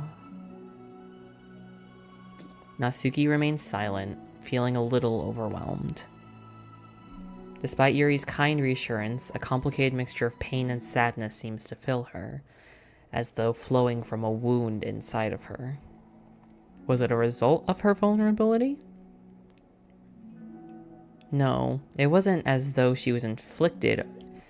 It wasn't as though she was inflicted a wound after becoming vulnerable. It was as though she began to rediscover an old wound, one that cannot simply be bandaged and left alone any longer.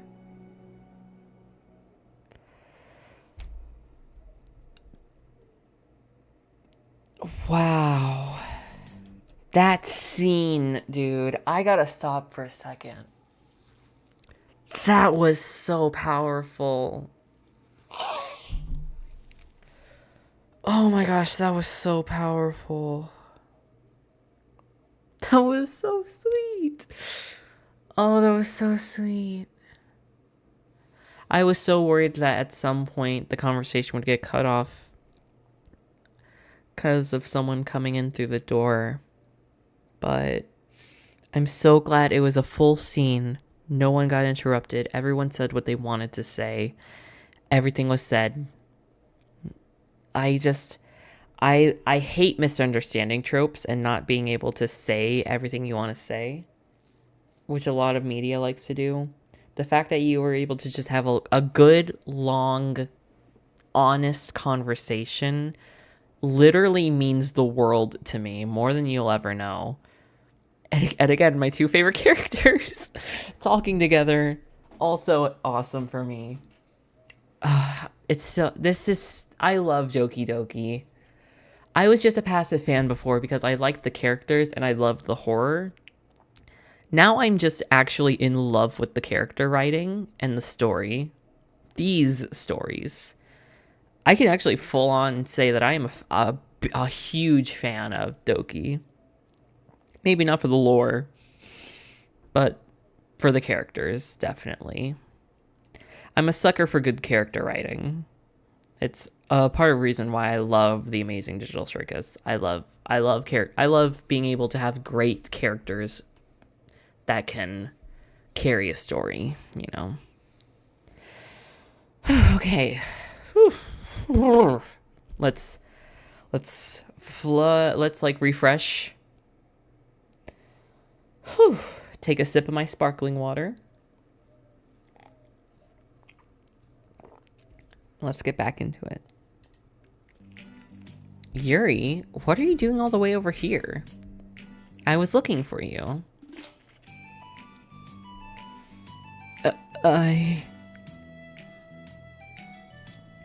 Please don't yell at me.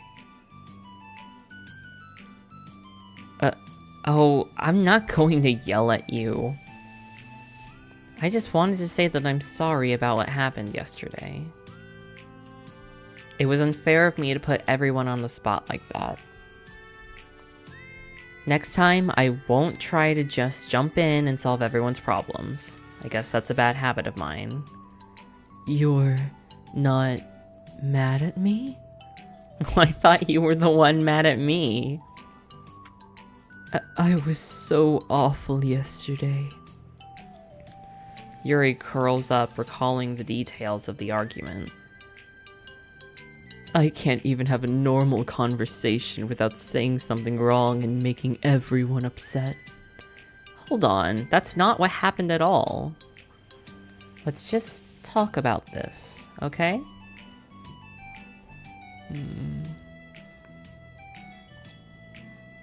Yuri pauses for a second, and then manages a nod.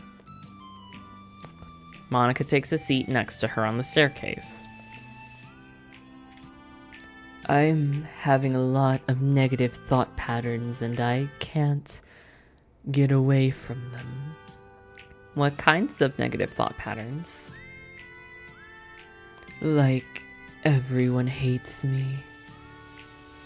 Especially Natsuki. Aw, that's terrible. I don't think Natsuki hates you. How do you know? Well, because Monika thinks back to a time where she herself found herself in an altercation with Natsuki, and how a display of maturity from Monika was enough for Natsuki to reevaluate her own feelings as well. I think that Natsuki is just naturally defensive. I think she acts mean when she feels a need to protect herself. But she's really not a bad person. In fact, I think that she can be really thoughtful and considerate. She just, well, I guess the way that it works is that she wants to receive some degree of kindness first, before she feels comfortable returning it. Oh. But that means the burden is on me. And I don't know how to say things that make people like me. Every time I open my mouth, I just... Yuri shakes her head at herself and tugs on her hair. It's okay, Yuri. You don't need to beat yourself up. I think anyone would like you if they just got the chance to get to know you. Well, unfortunately, the opposite is true. That's why I'm not talkative anymore in the first place. Because everyone used to think I was weird and talk about me behind my back. That's just what happens when I draw attention to myself. Natsuki even said that she found it more respectable when people speak their mind, so I did, and then she hated me anyway. That was enough to confirm my fears. But Sayori and I like you, and we've gotten to know you a lot by now, right? Yuri doesn't seem to have a response.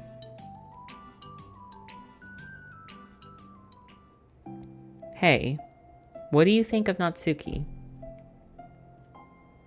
I don't think about her. That's not what I meant, really. I just...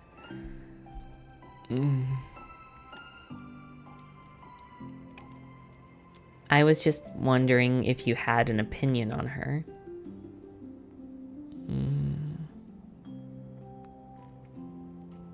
I do. What is it? Natsuki seems to bring out the worst in me, and I feel really ashamed of it. I like to think of myself as a fairly sophisticated person. So for someone to just treat me like I'm inferior despite my tastes, that's just the worst kind of insult coming from someone like her, and it makes me think bad things about her. But everyone else seems to like her, so the only explanation is that it's me who's doing something wrong again. And my feelings about her are wrong.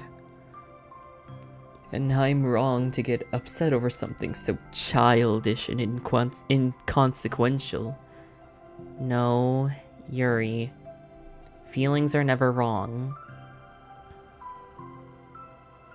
Well, they're not right. That's the thing. Feelings are never right or wrong, you know? They're just a state of being that we don't always have control over. But that doesn't mean that they have control over us. They have to control us. I feel like there's something that I learned around when I first started the club.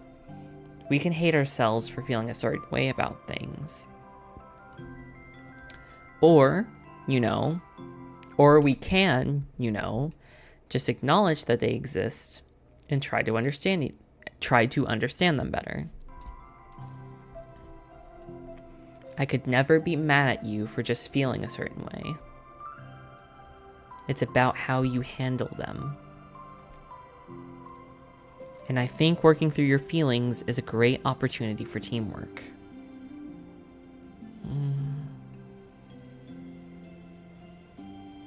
Yuri wears a dejected expression. You make it sound so easy. You're so mature.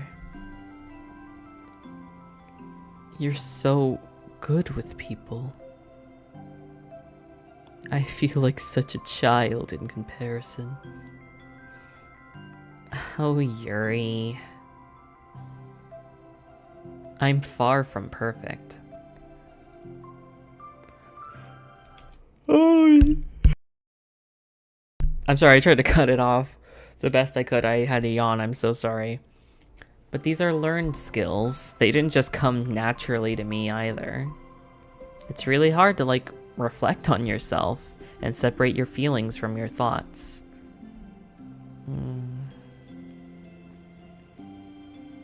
I just want to be a good person. Well, I think it takes a good person to get this far. That's not good enough. I want to be able to communicate to her. Communicate it to her. Communicate what? How I feel. How it makes me feel frustrated and so upset when she's so negative and dismissive of the things that mean so much to me. And how it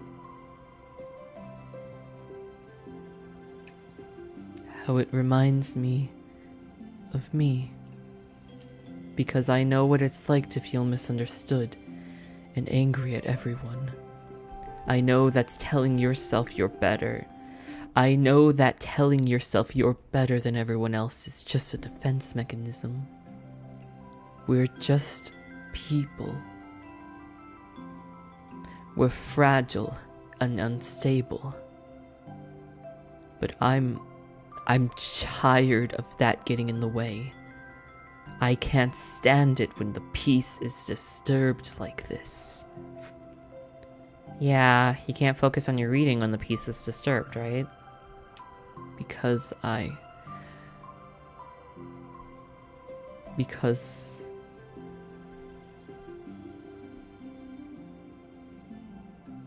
the literature club should be a happy place for everyone.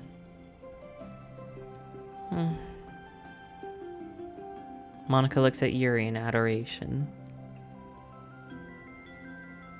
I feel like Sayori must be rubbing off on me, because I really want to hug you right now.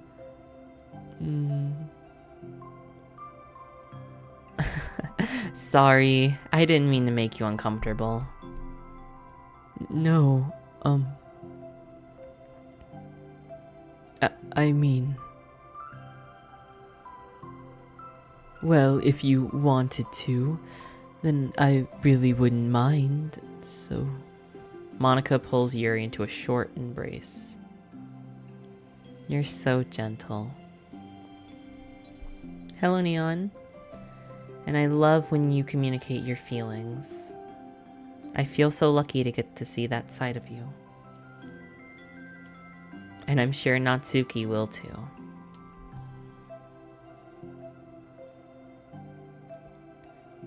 I'm going to write her a letter.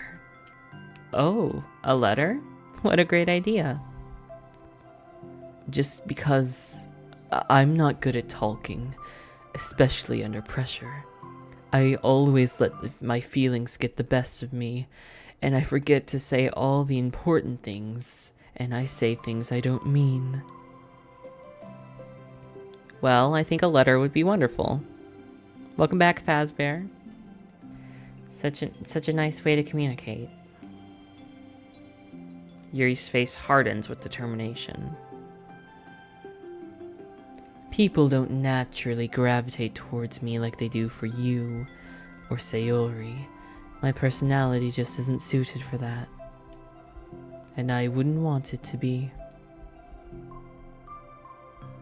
But something I've learned is that friendships don't just magically appear out of thin air. For instance, I would have never seen myself making friends with someone like Sayori. We're opposite in a lot of ways. But I'm friends with her because she puts so much effort into understanding me, so that way we can get along. I think it was the same with you. You both gave me a lot of time and patience, and I wonder if she feels the same way. Natsuki? Yuri nods. I always thought that if I wanted to make more friends, I had to be somebody that I'm not. That there was this type of person or magical formula I have to follow in order to make someone like me. And that's just like me to think that, always occupied with myself, that I fail to understand other people. Yuri shakes her head. Friendship happens when you think about the other person. When you offer time and effort to understand them, and respect them, and trust that they also want to be a good person. That's what I learned from my observations in the literature club. Observations? Monika is caught by surprise. Yuri's always kept to herself, so much so that it's unusual to hear her suddenly talking about the club like this. But Yuri gently smiles to herself. You always let me listen to your thoughts about people. Sayori too. And it makes me happy, because I learn of a lot of things. That's so sweet. I had no idea that it meant so much to you. Monika never thought of it, but in the past few weeks, Yuri always seemed to be especially attentive when it came to the problems and concerns of others. Always wanting to listen and learn more about her friends in the club. It's true, Sayori and Monika are naturally more comfortable with other people and can more easily work through situations in conflict. But that doesn't make them better people. Everyone has their strengths and weaknesses and the capacity to improve. And the first step towards improving oneself is reflection and self-awareness. It's something that Yuri never gave herself enough credit for, but that Monika can recognize as an incredible trait. And with that, her confidence in the club is restored. That's why it's called reflection. This is so good. I love this shit, man. A very shy girl with long pretty hair is wandering the bustling lunchtime hallways, her fists pressed into her collarbone. When she finds the literature club's president's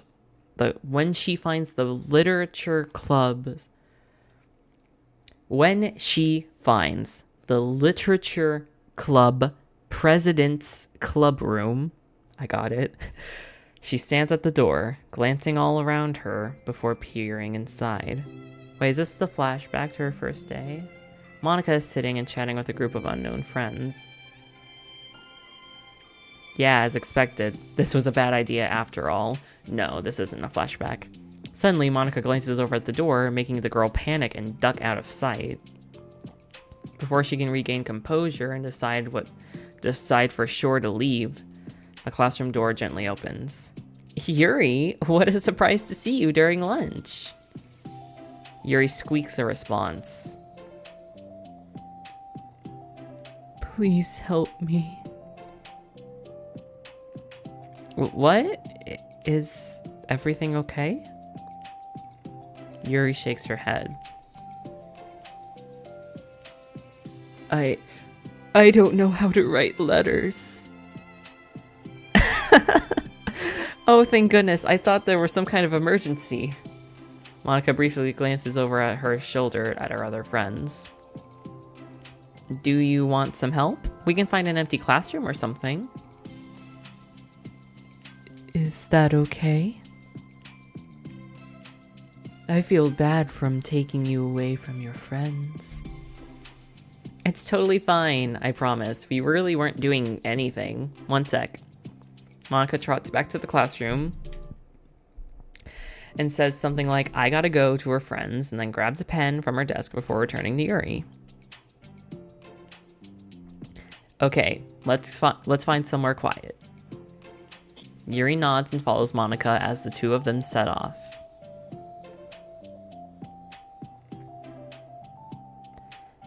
How are you today? Huh? Me?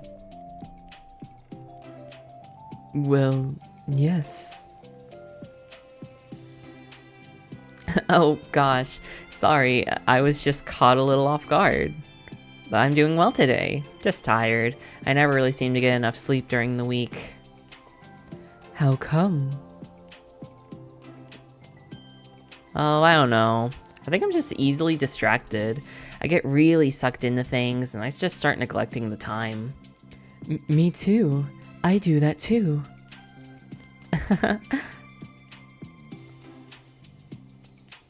Hey, this classroom's empty. Let's go in here. After peering inside, Monika opens a classroom door and the two of them enter.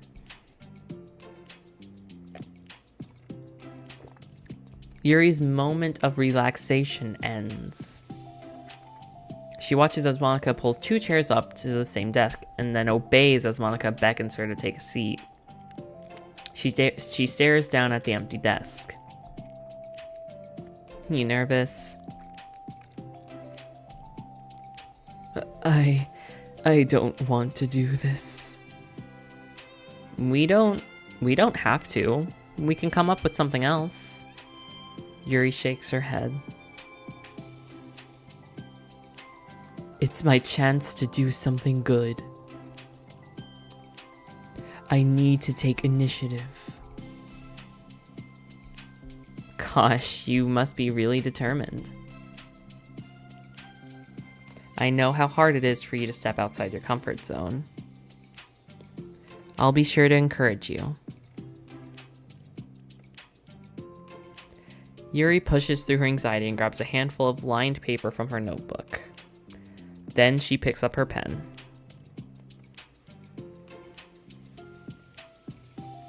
Aww. Hey, you're left-handed. That's neat.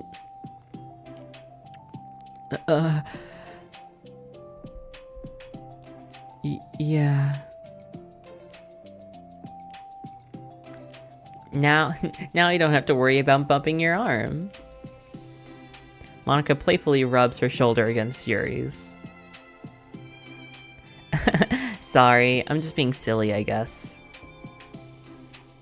Anyway, how about we start by listing the different things that you want to say to her?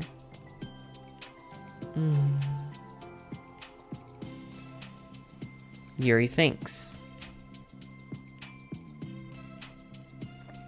I feel embarrassed all of a sudden.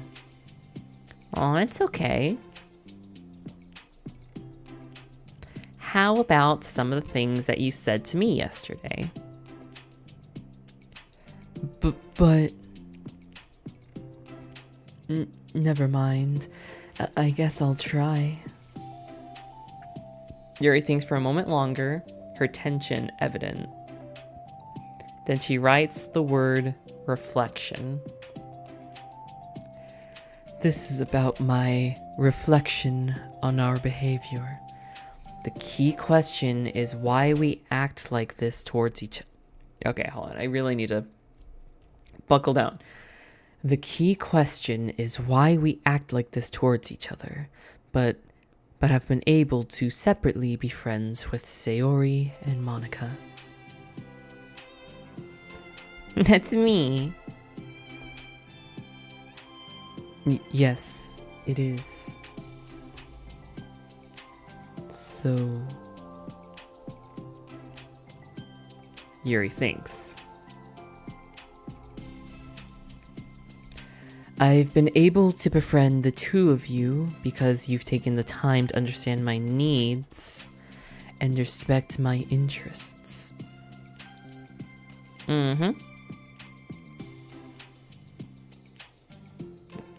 Same goes for Natsuki too. We started off as pretty hostile to each other because I was so worried about getting what I wanted, but she just wanted to be respected more than anything else. Once I stopped making it all about me, I was able to do the same. I want to do that too. So, what kinds of things do you want to do for her? I want to do the same things for her that I like to receive. I like it when people respond positively to the things that I talk about, and not just brush me off. I like it when my feelings are taken seriously.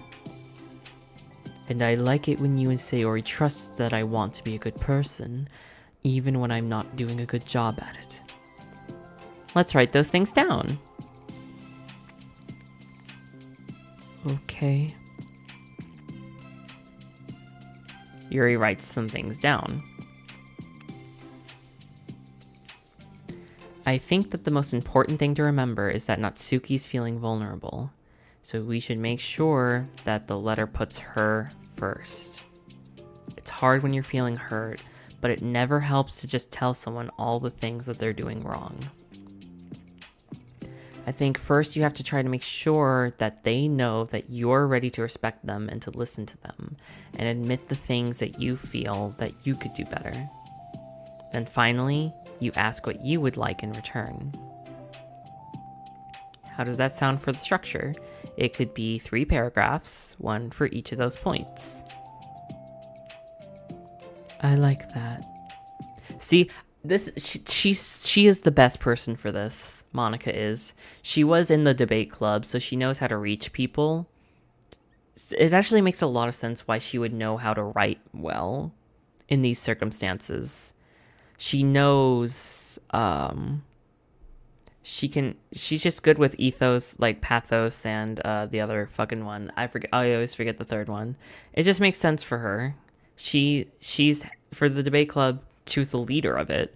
She had to know how to talk to people and how to engage with people and stuff. She had to be a people person, even if she was only able to do that superficially and not like deeply.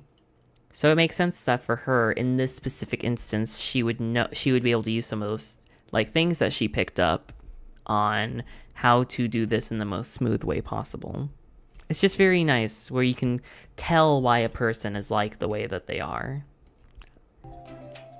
I like it. My thoughts were so disorganized, I had no idea how to come with any kind of structure.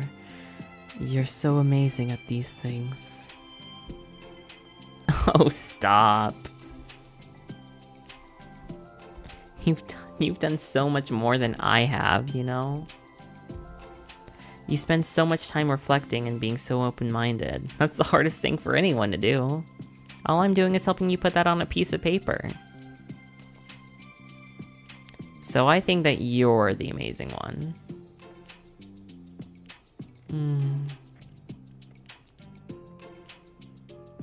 Monika gives Yuri's hand a quick squeeze. But as she lets go, she's caught by surprise when Yuri curls her fingers to hook Monika's hand in place. For a while, they just sit like that in silence, save for the occasional scratching of Yuri's pen against the paper.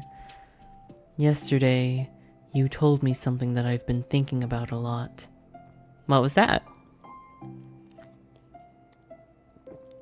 The thing about how feelings aren't right or wrong, and that they're just a state of being that we need to come to terms with.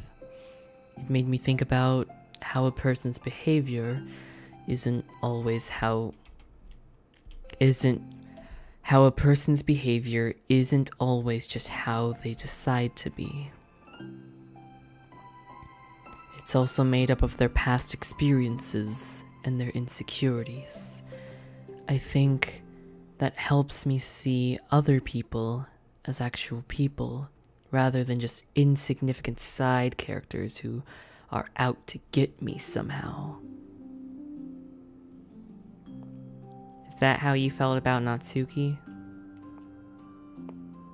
Yuri nods. But in reality, everyone's always trying their best, and everyone wants to be happy. Monika peers over at Yuri's paper, but to her surprise, Yuri pulls it closer, partially covering it with her arm. I have to be able to read it to help you, you know. It's okay. My thoughts are a lot more organized now after being able to talk to you about it. Now that I'm actually putting it on paper, I realize I'd actually prefer others not to read it. Yuri laughed softly to herself, a rare expression. I'm kinda glad to hear that, actually. I somehow keep finding ways to butt into this whole thing. I've done enough damage. But it's also been kind of wonderful talking like this. I mean, I always thought you were really smart, but... Yuri smiles. I will always be terrible at these things. People are just so incomprehensible to me.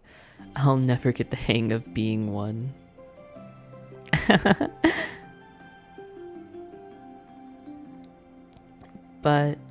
But listening to you so much has really helped me make sense of some things. So just don't call it damage, please. Monika gives Yuri a gentle smile.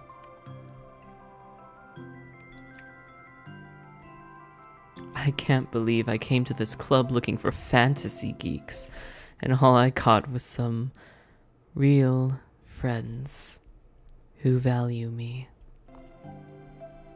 Is that a joke? Of course it is. I still can't tell with you.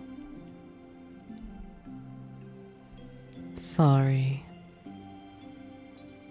No, I love it. Please never change. As you wish. Yuri glances at the clock.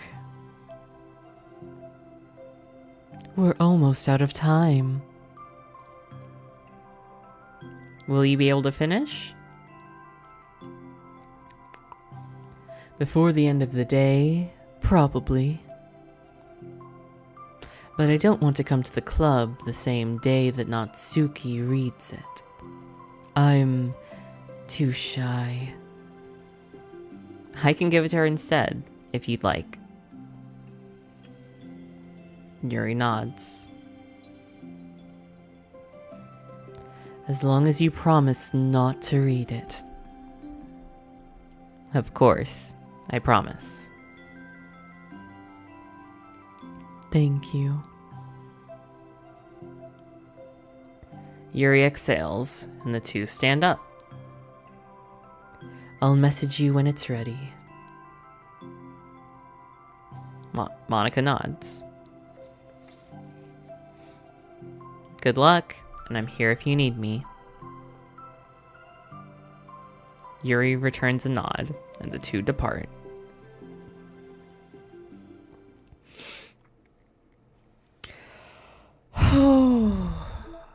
Okay, so now we have, let's see. We have Self-Love Part 1 and 2, and then Equals. Oh, that was such a good story, all about reflection. Being able to reflect on stuff. Reflect on yourself, how you can grow, your faults, your insecurities, how you can grow. That was so great. Now the one that I am dying to see, because these two are just... They're frustratingly so similar to each other. I am so excited to see how this culminates. This story has just been so beautiful to me. Everything about it has just been wonderful. Like, just the way that it flows one after the other. It's just so satisfying. I really love it. Okay, Self-Love Part 1. Natsuki and Yuri. It's only been 1 day since Yuri's letter was delivered to Natsuki with Monika's help.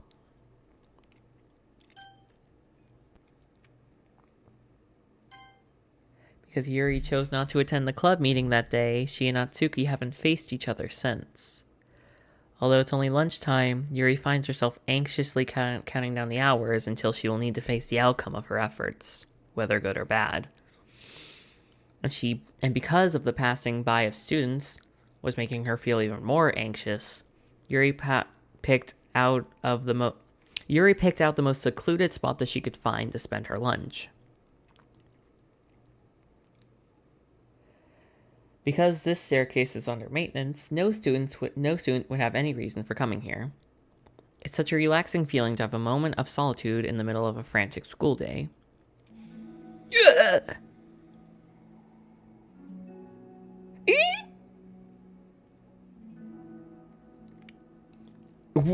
What are you doing here?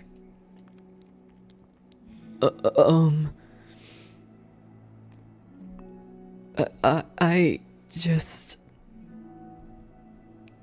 Yuri grips her book with enough force to wrinkle the pages beneath the pressure of her thumbs. Well, what are you doing here?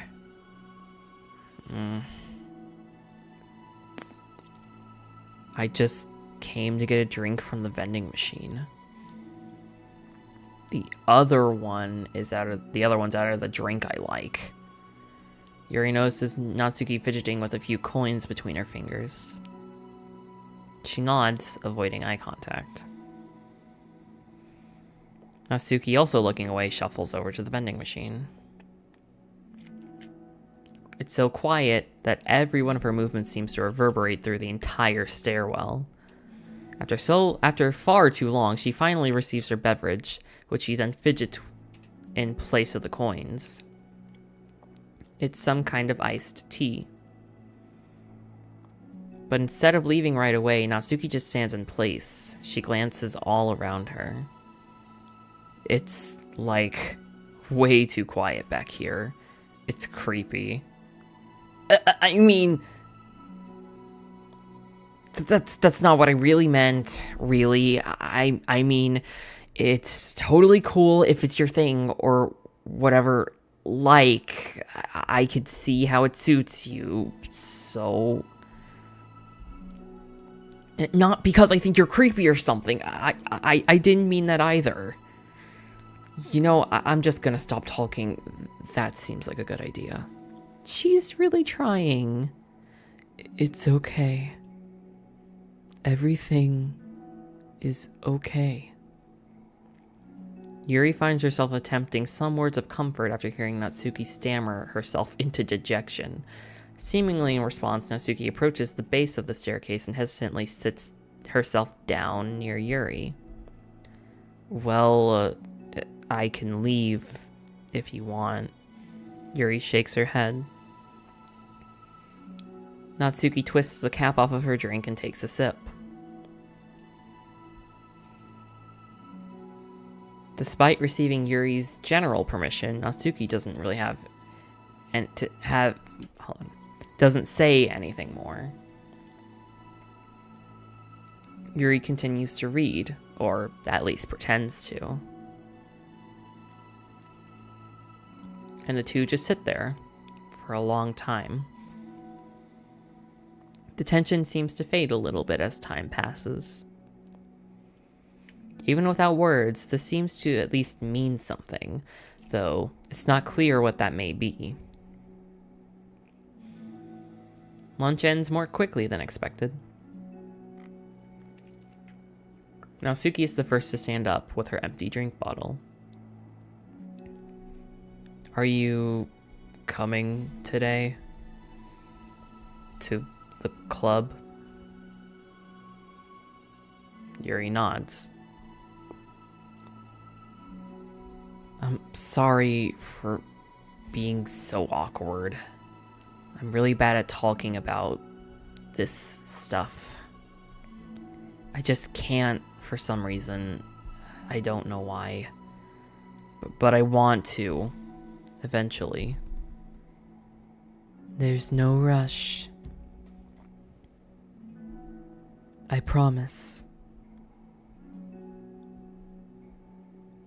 Thanks.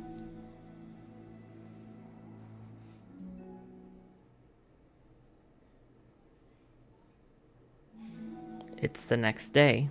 Are they just gonna keep meeting at the stairwell? Natsuki appears from around the corner and steps into the vending machine, glancing at Yuri as she does so. Today, she seems to be holding on to some kind of book as well. Oh, you're here again. Well, I just came here to read this because there aren't many people around here. Oh, I thought you didn't like how quiet it was. Well, I don't, but there's no people here. I see. Natsuki sits down. The mood feels much different today than it did yesterday. After yesterday's lunch and the club meeting that followed, Natsuki and Yuri are beginning to feel more relaxed around each other again. Although Yuri's letter is still lingering in the back of Natsuki's mind, as she continues to detour around it. But it's okay that I'm here? Yeah, I don't care. I mostly just don't feel like dealing with the crap I get from my friends about it.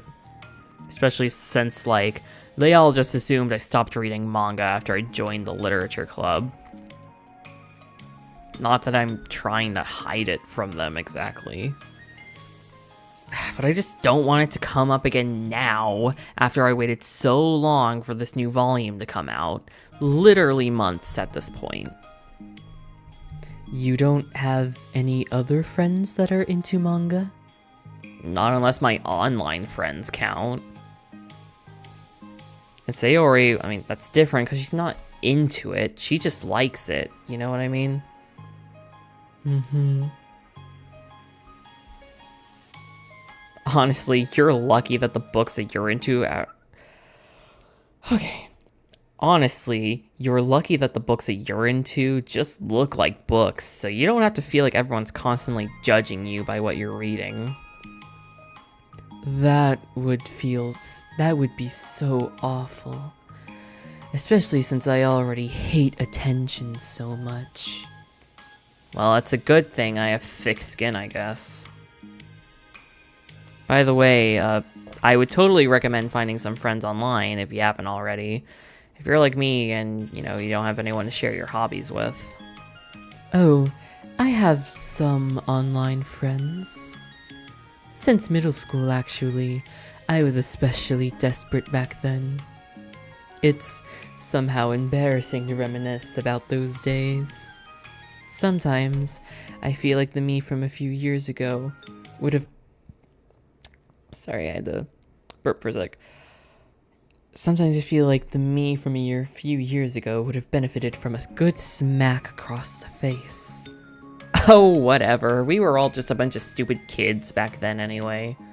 Some of the fanfics I wrote, oh thank God I used a pseudonym. But I liked it all at the time. Got a lot of fulfillment out of it. And plus, I can look back and say with confidence that I've become a better person since then. So I don't think that I would change anything.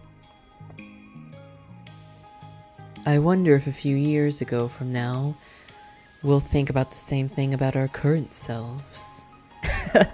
Probably. That doesn't make you uncomfortable? No, of course not. I don't care what other people think of me, especially those who don't even exist yet. Alright, here. Natsuki raises her hand to face and forcibly slap her own cheek. That's me from the future coming to terms with me right now. Also, ow, I didn't mean to do it that hard. Yuri doesn't seem to react. But then, to Natsuki's surprise, Yuri shyly looks the other way before lifting her arm and doing the exact same thing to herself, loudly smacking her cheek. She then turns red and stares into her lap, but is unable to hide a smile as though it was a really funny joke. Oh, that's what I'm talking about. I didn't know you had it in you. I don't. I don't even know why I did that. Maybe I thought it would be funny. Sorry, I keep distracting you. You said you were looking forward to reading, but I keep going on all about this nonsense. I'll let you get to your reading. Oh, right. Yeah, I guess I'll do that then. The conversation ends quickly, and Natsuki opens her book.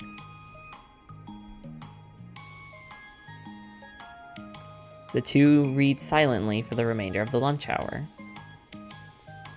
But the whole time, Yuri feels distracted by a twist of regret over having so abruptly forced the end of their conversation. They're just gonna keep meeting at the stairwell. This is cute. You're back. Yeah, I'm here to lay low again. Another day has passed. During lunchtime, Natsuki finds herself having wandered to the stairwell once more. Hey, did you buy that? Natsuki quickly notices a bottle of iced tea on the staircase where she normally sits. Yuri nods, avoiding eye contact. She bought her drink! What? Like, for me? But you didn't know I was coming here today. What if I didn't show up? Well... I mean, I would have drank it myself, I guess. It was a stupid thing to do. No, it wasn't stupid. I just thought... Ugh, never mind. What I mean to say is thank you. And that is a really nice gesture. It's okay if you don't feel that way. I do. It was the other things that I didn't mean. I swear. Please believe me.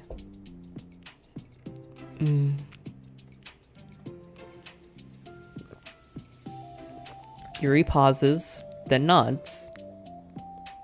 Talking is hard. I get it wrong a lot too.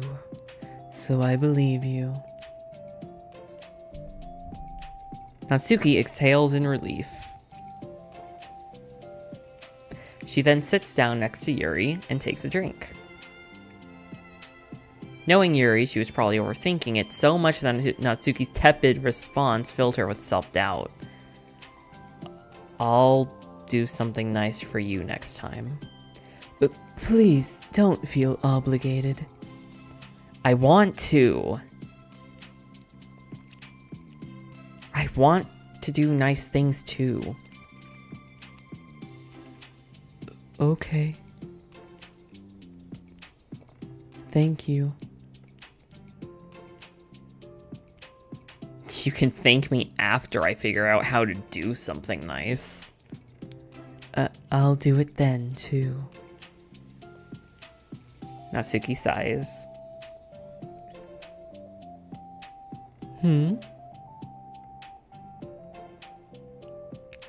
Nothing.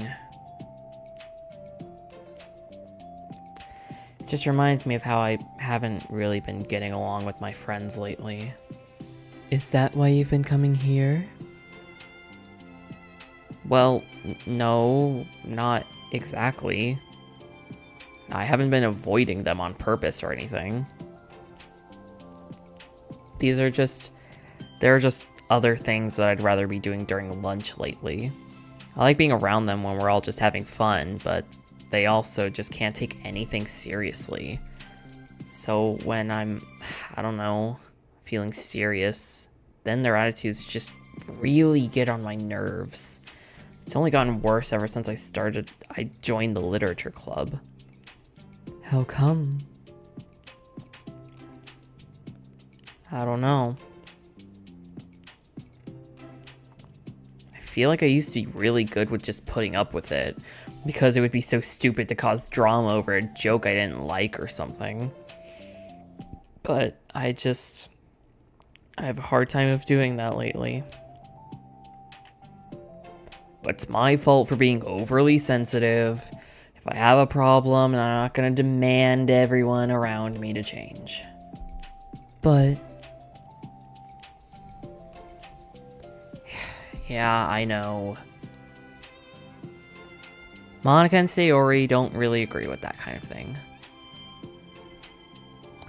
But they're not in my position, so it's easy for them to just say that you should just communicate your feelings. Or whatever. It's not like my friend group does the kind of thing. I would just be making an embarrassment of myself. Sorry, none of this has anything to do with you. I don't know why I'm talking about it. It's okay. I like listening. What? Like listening to other people's problems? Yes. That's weird.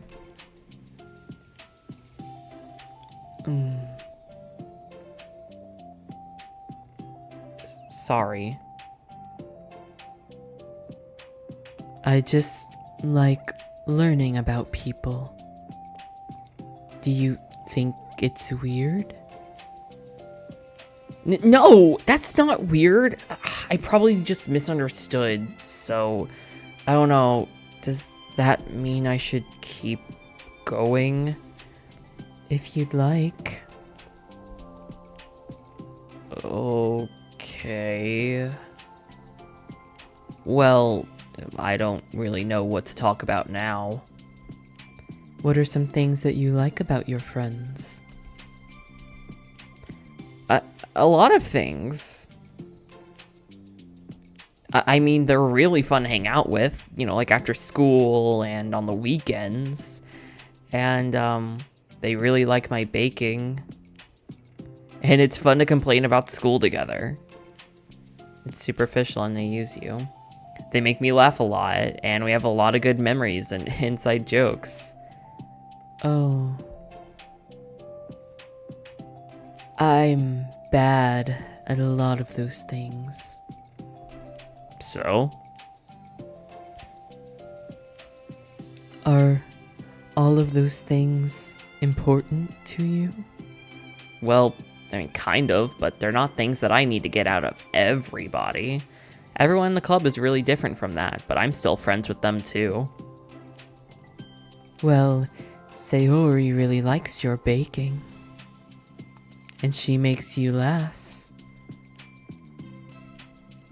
And she complains a lot. That doesn't mean that she's anything like my other friends. Well, unlike them, she's a nice person and person who cares about your feelings. Excuse me? How about you don't talk about... How about you don't talk that way about my friends that you know nothing about? Natsuki stands up. No, wait! I'm sorry, I didn't mean it.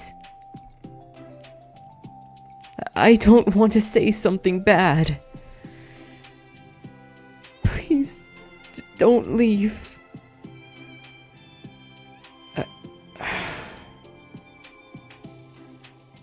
Natsuki sighs and shakes her head. It's fine. As long as you understand that you can't just judge people like that. I'm sorry. Natsuki sits back down. You can't just compare friends like that and, like, measure who's better than who. Everyone's different. I'm sorry. I just...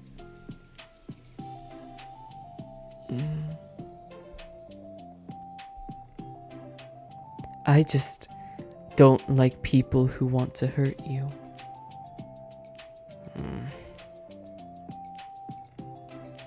A moment of silence stretches between them.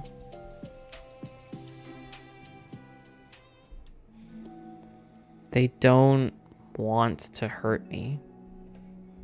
We just like to tease each other about stupid things. It's fun. I don't like that. Well, that's why I'm friends with them and you're not. You like it?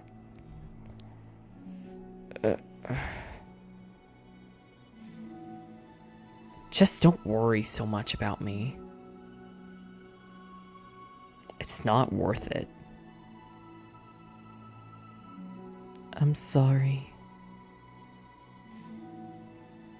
I wish I knew how to help with social conflicts. Like how Monika can. She's good at these things. Not really. Also, I don't always want help. Sometimes it's just stuff that I have to deal with myself. That's what Monika and Sayori never seem to understand. Sometimes all you do is look at them wrong and they're all like, "Aw, is something wrong? Is everything okay?" I just want to mind my own business sometimes and decide myself if I want to talk about things. The only one who understands that is you. So you really shouldn't be so hard on yourself. You're not as bad as you think. Oh, you don't need to reassure me or anything. I mean that. Plus, it makes sense that someone who doesn't talk a lot would make a good listener. Thank you. You're also nice.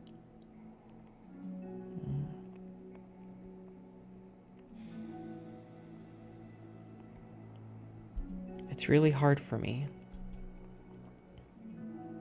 It doesn't come naturally at all. It's so weird because I always thought of myself as someone who can just say whatever's on my mind. But I feel like it only works when I'm annoyed or upset or I want to say something mean. Why am I like that? You don't have to answer that. I'm kind of just talking to myself. Yuri nods and remains silent. Natsuki notices her fidgeting with the pages of her book. How come you like reading so much?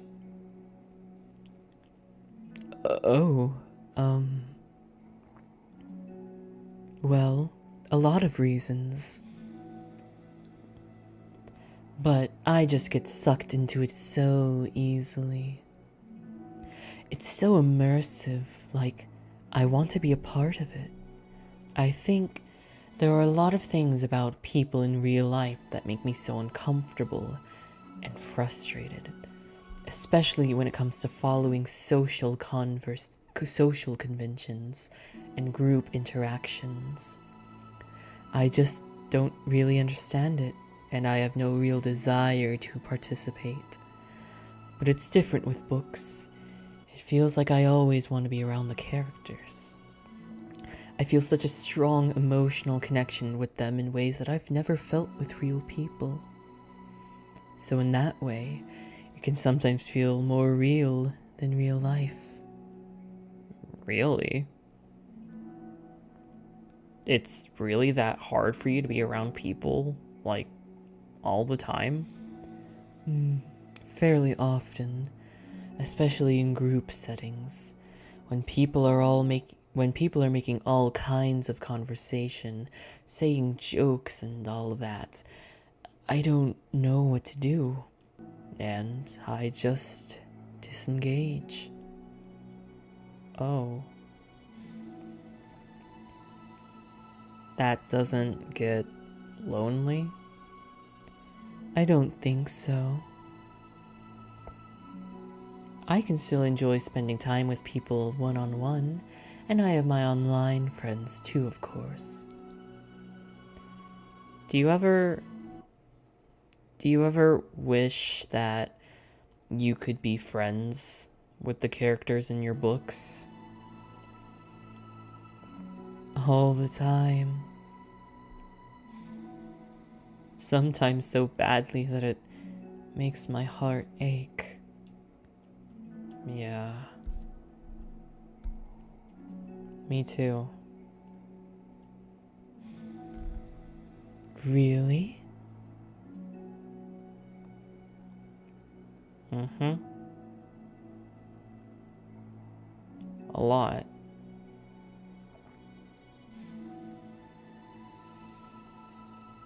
Like, more than anything. After Natsuki mutters that, silence fills the stairwell once more, but it's a mutual silence. One full of understanding.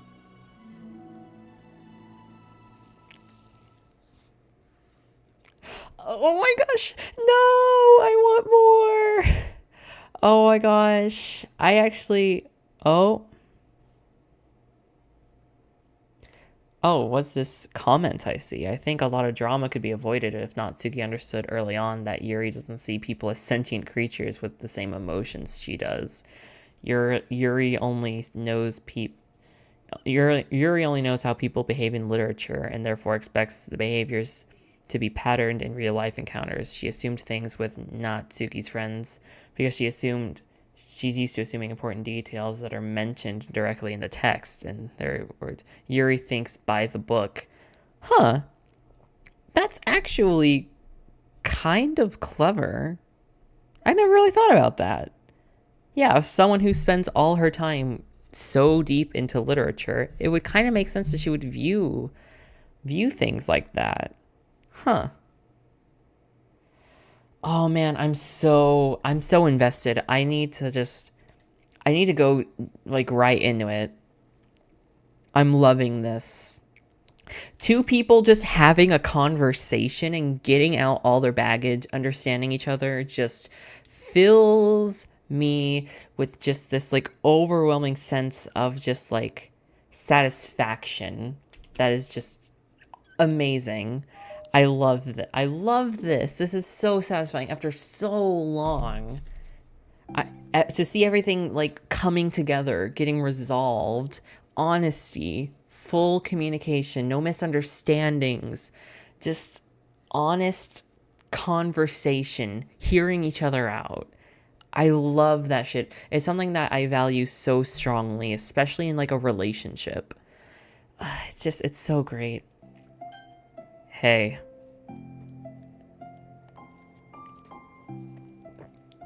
Oh, what are you doing now? Okay, there we go. Oh, hello. I almost thought you weren't coming today. Yeah, well... lunch is already more than halfway over. Natsuki had typically been meeting Yuri in the stairwell much earlier, since it had been a good way of dodging her friends when she didn't feel like seeing them. Today she's holding a large plastic container in both hands. I ran into my friends, so I hung out with them for a while. Is that so?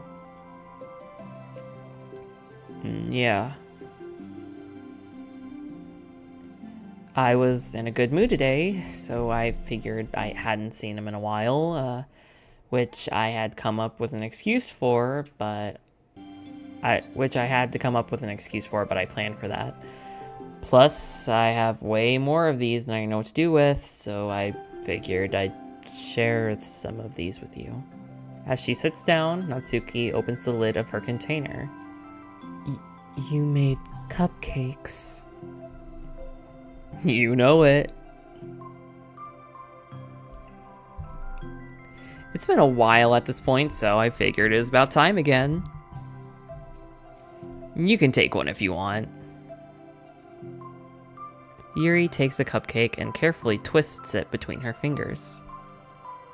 It's brown and with a dark green frosting, immaculately shaped into a floral pattern and topped with some kind of glittery powder.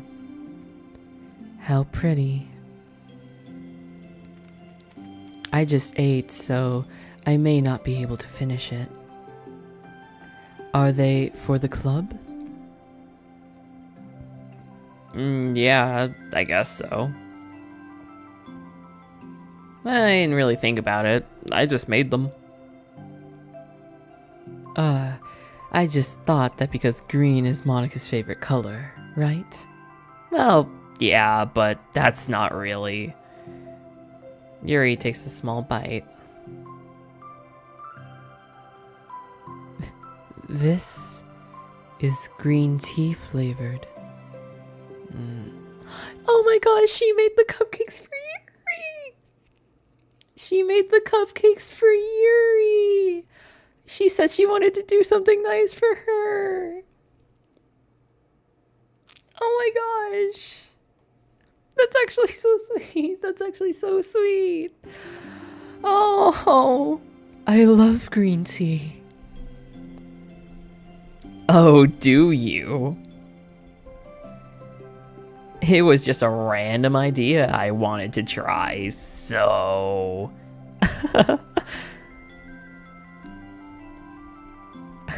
Don't laugh at me. I'm not.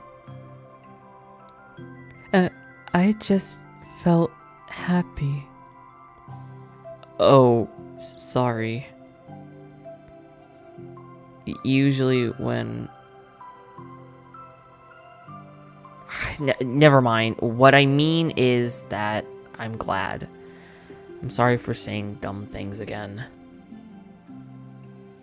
I just wanted to do something nice. And this is something that I happen to be good at. And I do know that you like them from past experience. Yuri turns red, recalling the time that she treated herself rather generously to Natsuki's cupcakes. Ironically, her mouth is too full of cupcake for her to stammer an excuse, so she just settles for a disapproving look. How did you get into baking? Oh, well, I don't know. It just always appealed to me.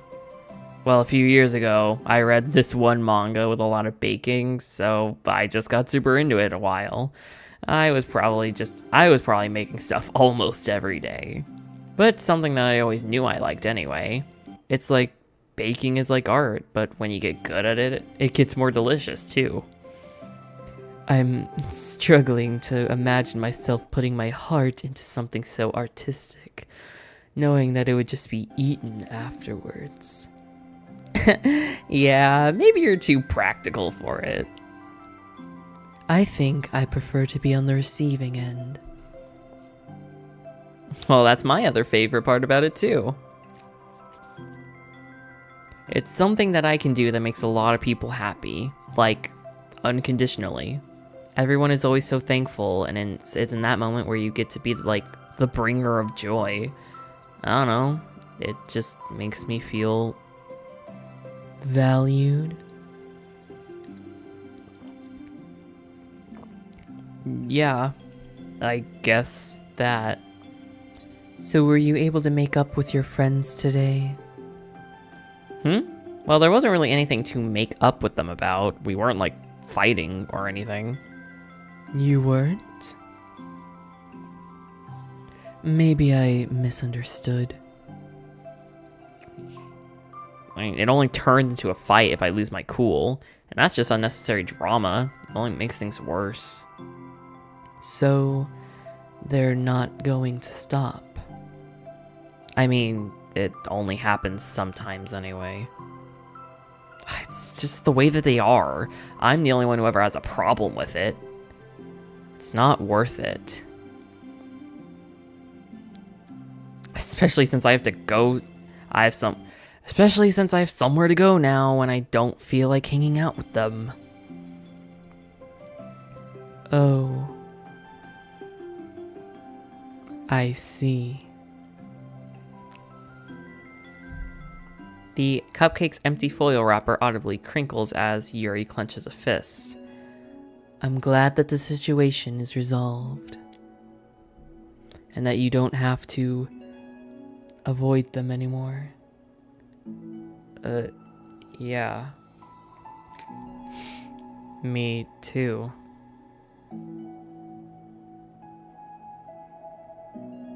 And I don't have to bother you during your time alone anymore. I'm sure you have a lot of reading to catch up on. Yeah.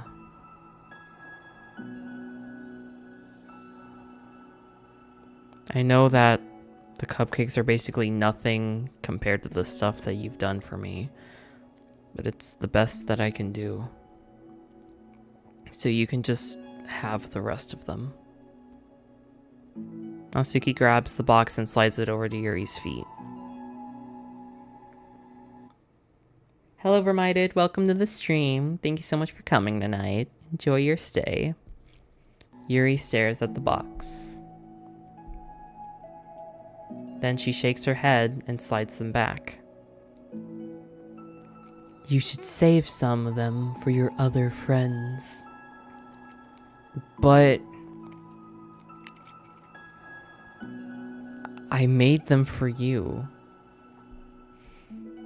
Natsuki's voice whines as she protests. I know. And I liked them very much, exactly as you thought. You succeeded.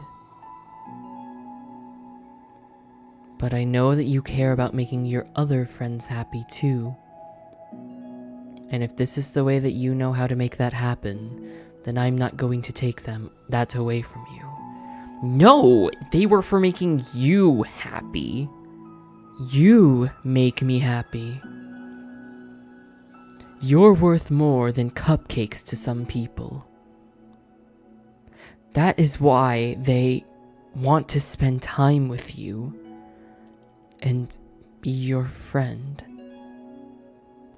Without warning, tears start to pour from Natsuki's eyes. Oh, don't do this to me, girl. She then pulls her knees to her chest and starts sobbing into her arms. Natsuki! I'm such a bad person.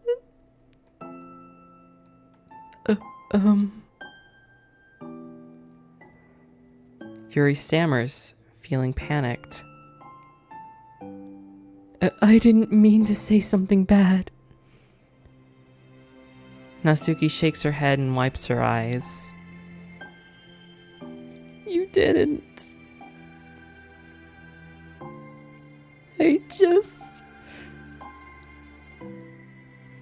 Natsuki tries to choke back her sobs, but struggles to speak through them. I just really hate myself sometimes. And it feels so wrong when you say those nice things to me. Like I don't deserve it. I'm sorry. No, I am. I'm so difficult. And I can't think of a single thing about myself that someone would like. And I hated myself for bothering you during lunch. I just thought that it was my chance to be a good person. Like, to be nice and do the things that you wrote about in your letter.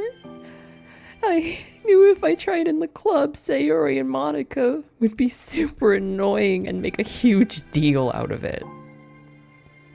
You know,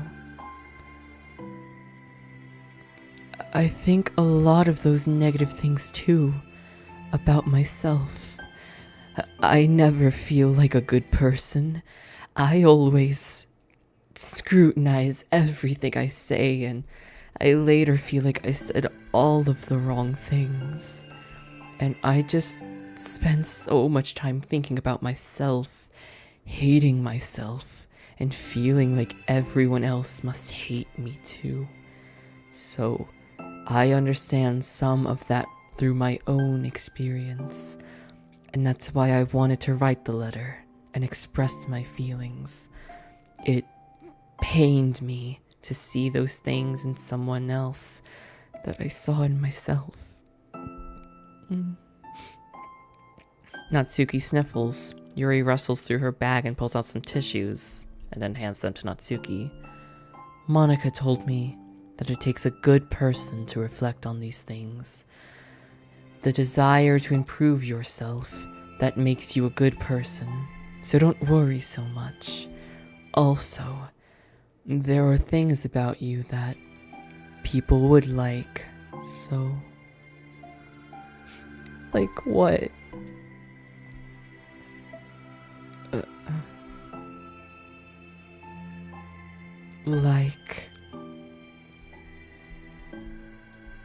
Like how you're fun for people to be around.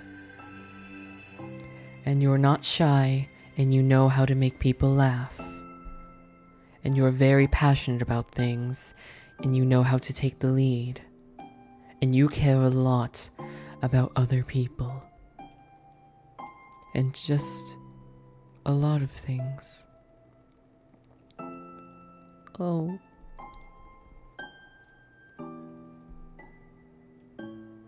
Well, now you're making me feel really embarrassed. Well, you're the one who asked. And you don't think I feel embarrassed? Natsuki tries to hide a smile, and then sighs as it fades again. Every time I come here, I always think it's the last time, but then I keep coming back for some reason. Is that bad?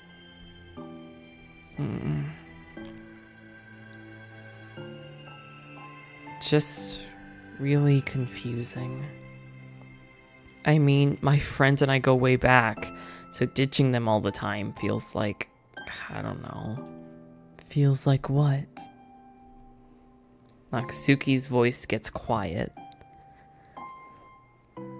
Maybe I'm scared that they'll get mad at me.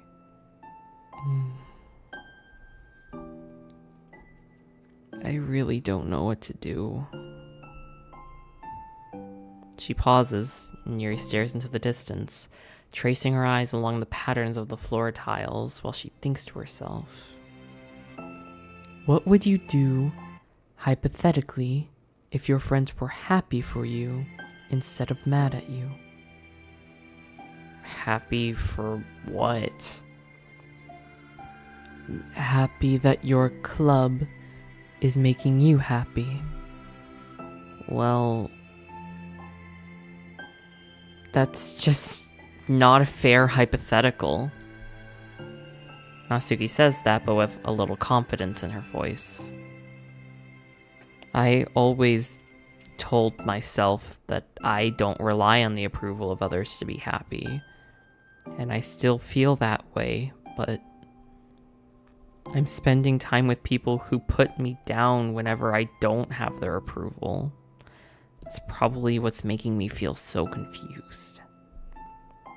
Because I'm threatened out of the things that should make me happy. So no matter what, it's like I have to be unhappy to be happy. It's making my head hurt. That must make it really difficult to feel comfortable with yourself, being made to feel like you're wrong for just being the person you are.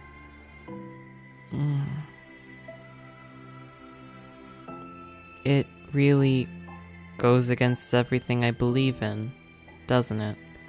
It goes against the kind of person I want to be. I'm fed up with it. I'm fed up with a lot of things. Natsuki presses her palms into her forehead and shakes her head. I know it's best for me, but I keep convincing myself out of it. It's so much easier to just be comfortably unhappy than it is to do something scary. To do what? You know, to end it. With them? Natsuki nods. I didn't really think you were actively considering that as an option. I wasn't until recently. It's just one of those things where, like, it's just been a certain way for so long that you get used to it. Like, so much of you has gone into it, so that makes it feel like that's just how your life is. And throwing it away is like throwing away such a big part of your life. It makes me feel sick to think about. Natsuki sighs. It's just really scary. It's terrifying. What are you scared of? I don't know. A lot of things. Like being alone. Not having anyone to talk to or hang out with. Not being able to replace what I have with them. And I don't want them to hate me. And I'm scared they'll hurt me for going against them. Physically? Not physically. But Yuri clenches her fists. Natsuki. What? If anyone ever thinks to cause you harm, I will unleash hell upon them. Natsuki snorts in laughter. Don't laugh at me. Sorry. I was just... I liked that. That's all. Oh. Well, I meant it. I know you did. Natsuki gives Yuri an endearing look. I needed it.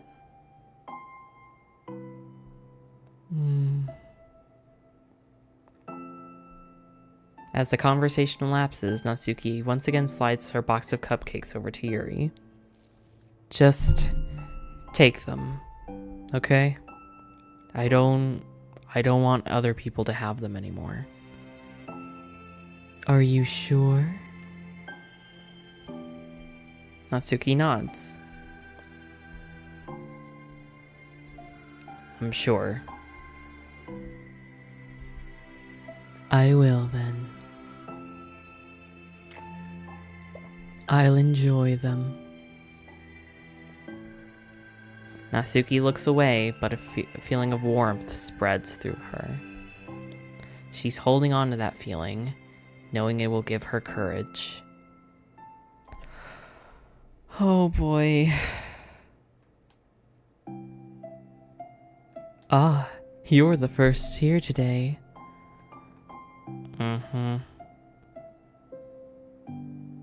And you brought reading material.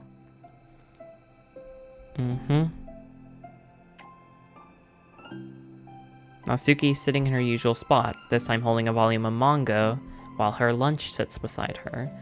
Yuri sits down as well, and opens her own book. It sucks when a good series has to come to an end.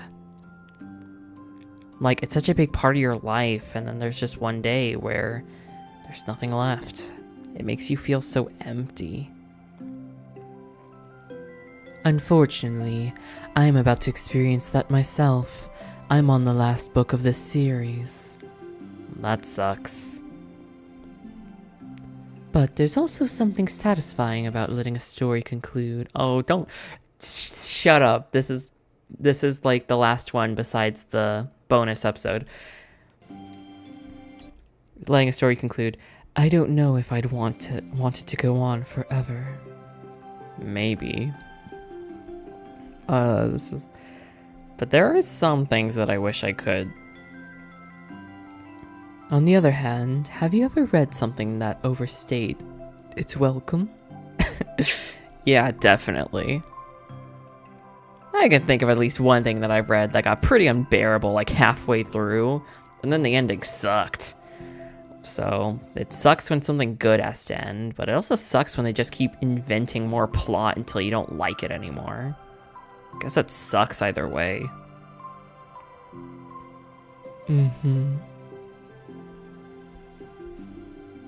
Well, that's the nature of all things. They come to an end. The two fall silent.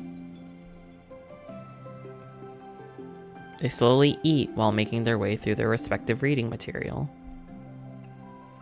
Except Natsuki doesn't seem to be touching her food at all. You don't like going out during the weekends, right? Excuse me? Like with friends at the mall or downtown or whatever. I'm not a total shut-in, you know. Oh, my bad for making assumptions. Well, I'm sure I go out less often than other people, like you and the others in the club. I don't really meet up with friends and arbitrarily spend time like that. I'm usually meeting with my board game group. Board game group? It doesn't matter. It's just more nerdy stuff. Why do you ask, anyway? I was just curious. I just realized I couldn't picture it, so I was just curious. Yuri looks over at Natsuki and realizes that she's shaking. Don't look at me like that. Sorry. Natsuki pulls her knees into her chest and puts her head down. I can't take this. Did I do something? Yuri gets flustered, her mind racing over what she could have possibly said or done. I did. I ended it. I texted them earlier, telling them. And then I just blocked them because I'm so afraid of their responses. And now it feels like I'm dying inside. Oh. That's...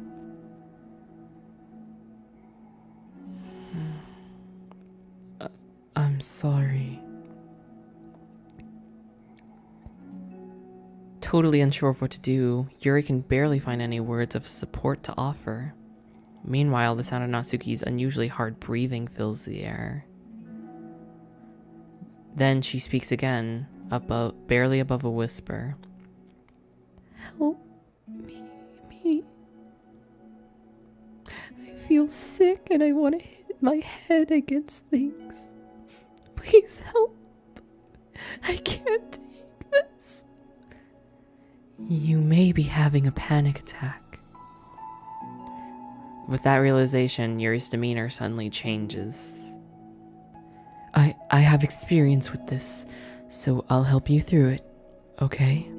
Natsuki meekly nods. This is My Little Pony. Natsuki meekly nods through her rapid breath, head still buried in her knees. Oh, jeez. Yuri slides herself over to Natsuki and sits one step behind her. Then she puts her hands on Natsuki's shoulders. Can you feel my hands? Natsuki nods. Her shaking becomes much more apparent through Yuri's sense of touch. Yuri keeps her voice low and gentle. You are safe right now.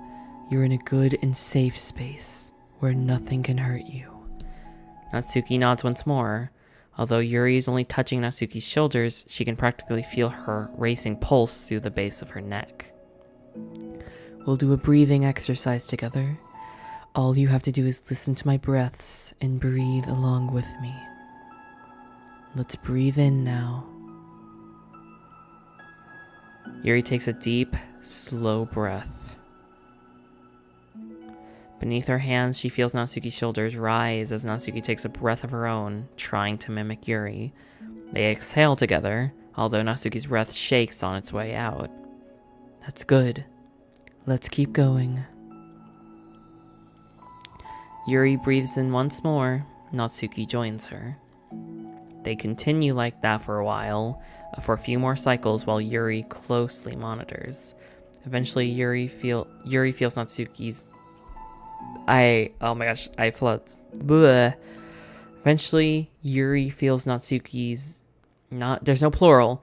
Eventually, Yuri feels Natsuki rest more of her weight into Yuri's palms. Let's focus on the physical world. All you have to do is focus your feeling on your breaths, going in and out, and the weight of my hands on your shoulders. You're in a safe and comfortable physical space.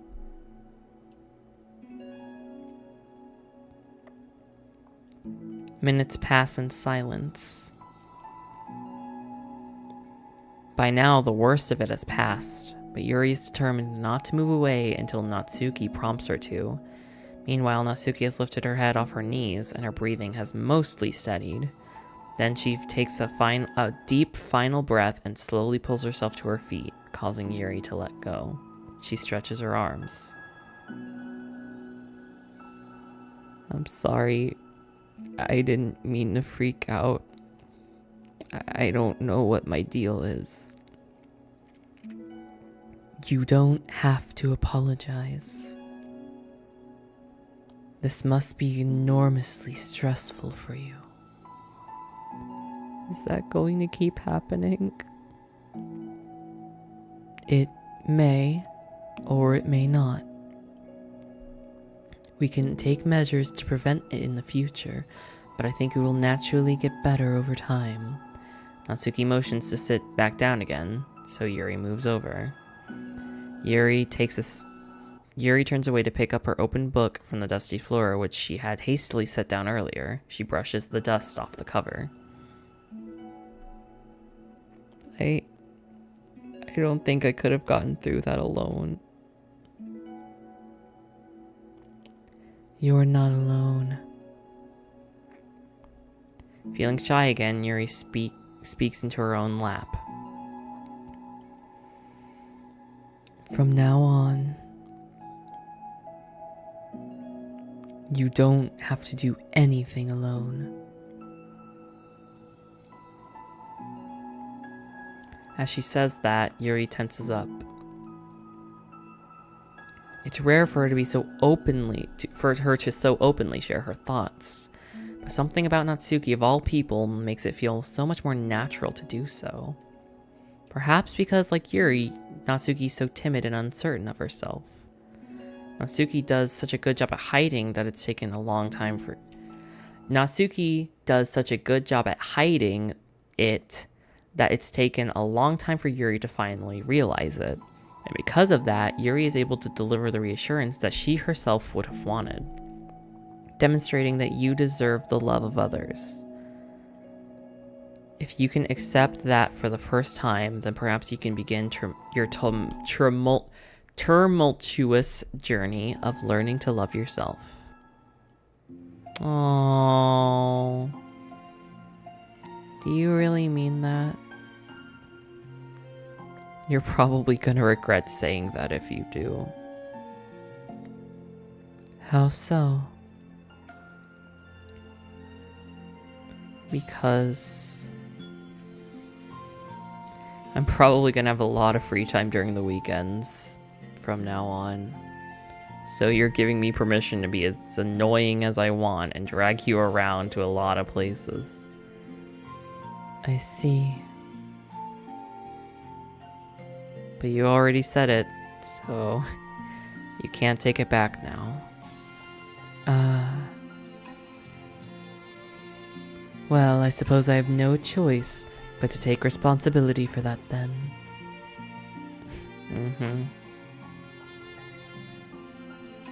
This is so fucking cute! I know a good ice cream place. Oh? That means you'll finally figure out my favorite ice cream flavor. Huh? What are you talking about? Oh, you don't remember? The first day that you came to the club, you guessed everyone's favorite ice cream flavor. But for me, you said you had no idea. Seriously? I don't remember that at all. Oh, wait. Yeah, I do. I think I said it was probably green tea. Yuri shakes her head. It's a good guess, but my favorite is usually to get chocolate and raspberry together. Chocolate and raspberry? How fancy. How is that fancy? Oh, I don't know. I just feel like I should have guessed something like that. Well, maybe next time I'll try chocolate and strawberry. Hey, strawberry's my favorite.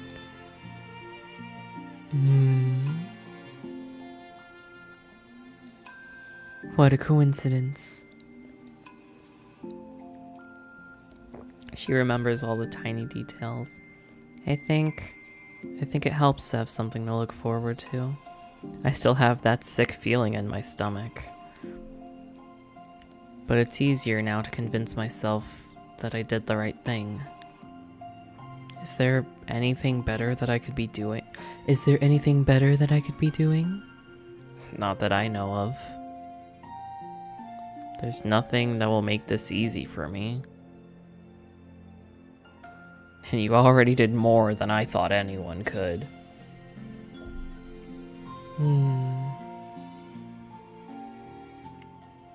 Come to think of it, we never talked about the letter you wrote. But I feel like we're way past that at this point. I don't even know what to talk about. Except that I think it helped me understand my needs a little bit better. The way that I like to be treated. And all the kinds of friends that I want to have. That's why I wanted to start coming here in the first place, even though I was so scared of causing more problems. I thought it was a coincidence that you ran into me here initially. Well, not exactly. What do you mean? Nothing.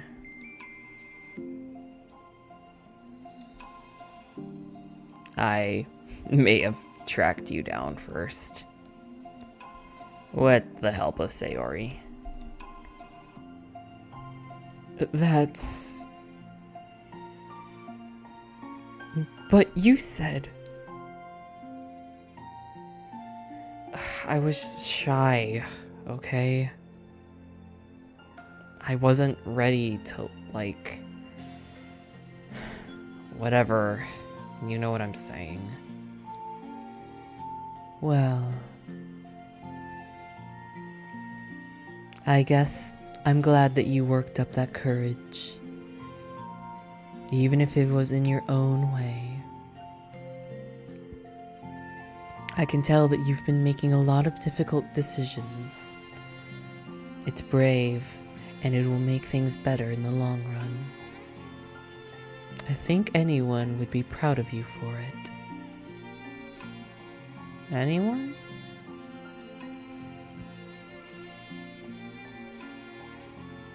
You mean like you? Yes. Like me.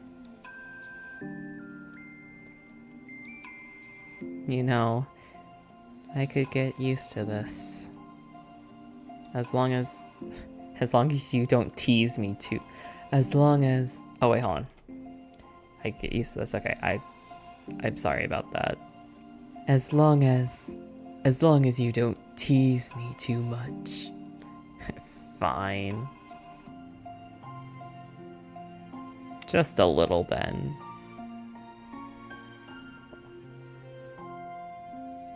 That's fine.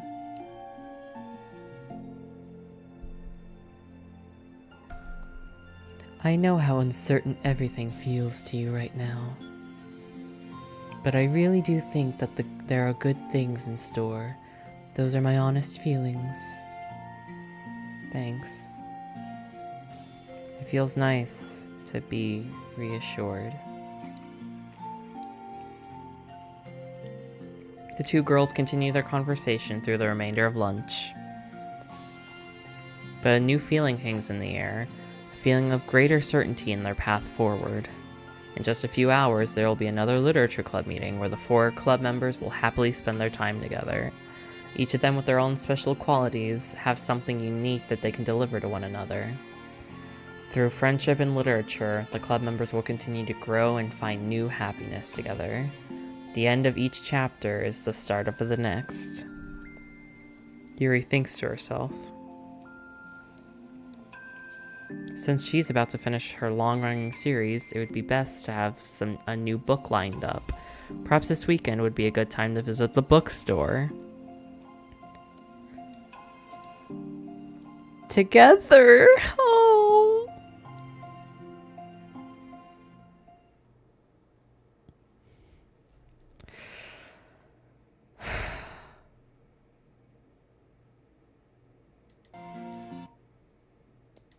Oh!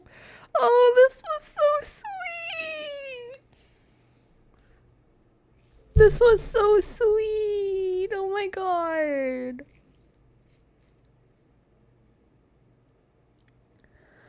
Well, we have equals. So I think I should really save my thoughts for the end of this. Because I said a lot, but that was so sweet. And I loved that from the bottom of my heart. That was just so sweet. Equals. Okay, everyone. We're going to be taking a break from the usual activities today. I was thinking since people are starting to talk about the festival, it's a good time for us to go over the general direction of the club and all that. And I think it'll help us figure out what to do for the festival, you know? Oh, Sayori and I already came up with a really good plan. Really? For the festival? Yeah, so the plan is this, okay? You and Yuri collect information ahead of time on which clubs and classes are going to be doing food booths. And then we take a map and we plan the most efficient route so we can get to the most of them before the lines take too long. Hey, that has nothing to do with the club. Oh, well, you have to let me finish. Alright, fine. Go ahead. Right, so basically we get all the food that we can, and then we come back here, and we all eat together. That's all! Wow, I got tricked twice by the same joke. Boo, don't be a hater. It's not like you could come up with anything better. Look, even Yuri was thinking about it. No, I wasn't. I would really prefer to do something literature related. We can eat together anytime. The festival is a unique opportunity. Besides, it's been quite a while since we've seen any new interest in the club. Yeah, I was thinking the same thing. We really have a shot at showing people what the literature club is all about. I tell you what, we can do both, right? We'll make time for your food mission, and we can still put together a public event. Oh my gosh, yes! I was just joking, but that's such a good idea. Well, I guess that's settled. I think the question is how to come up with an event that demonstrates everything that you can get out of the literature club. Well, that's kind of tough because everyone gets something different out of the club. Okay, then how about this? Let's go around and have each of us talk about whatever we've gotten out of the club so far. That could really help us figure out what kind of reputation we want to build. Yeah! That's too embarrassing. Aw, but you have so much to talk about. That's exactly why. And I'm sure Natsuki feels the same way. Well, maybe, but I don't plan on arguing or anything against it. I mean, it's the literature club. We talk about that stuff together, right? And the only way to get more comfortable with it is just suck up and do it. Oh. You're not wrong. I'm sorry for being so resistant. It's not good to say suck it up because then that makes you feel like their feelings don't matter. Right, my bad. It's just a habit I need to break. Well, anyways, who's gonna start?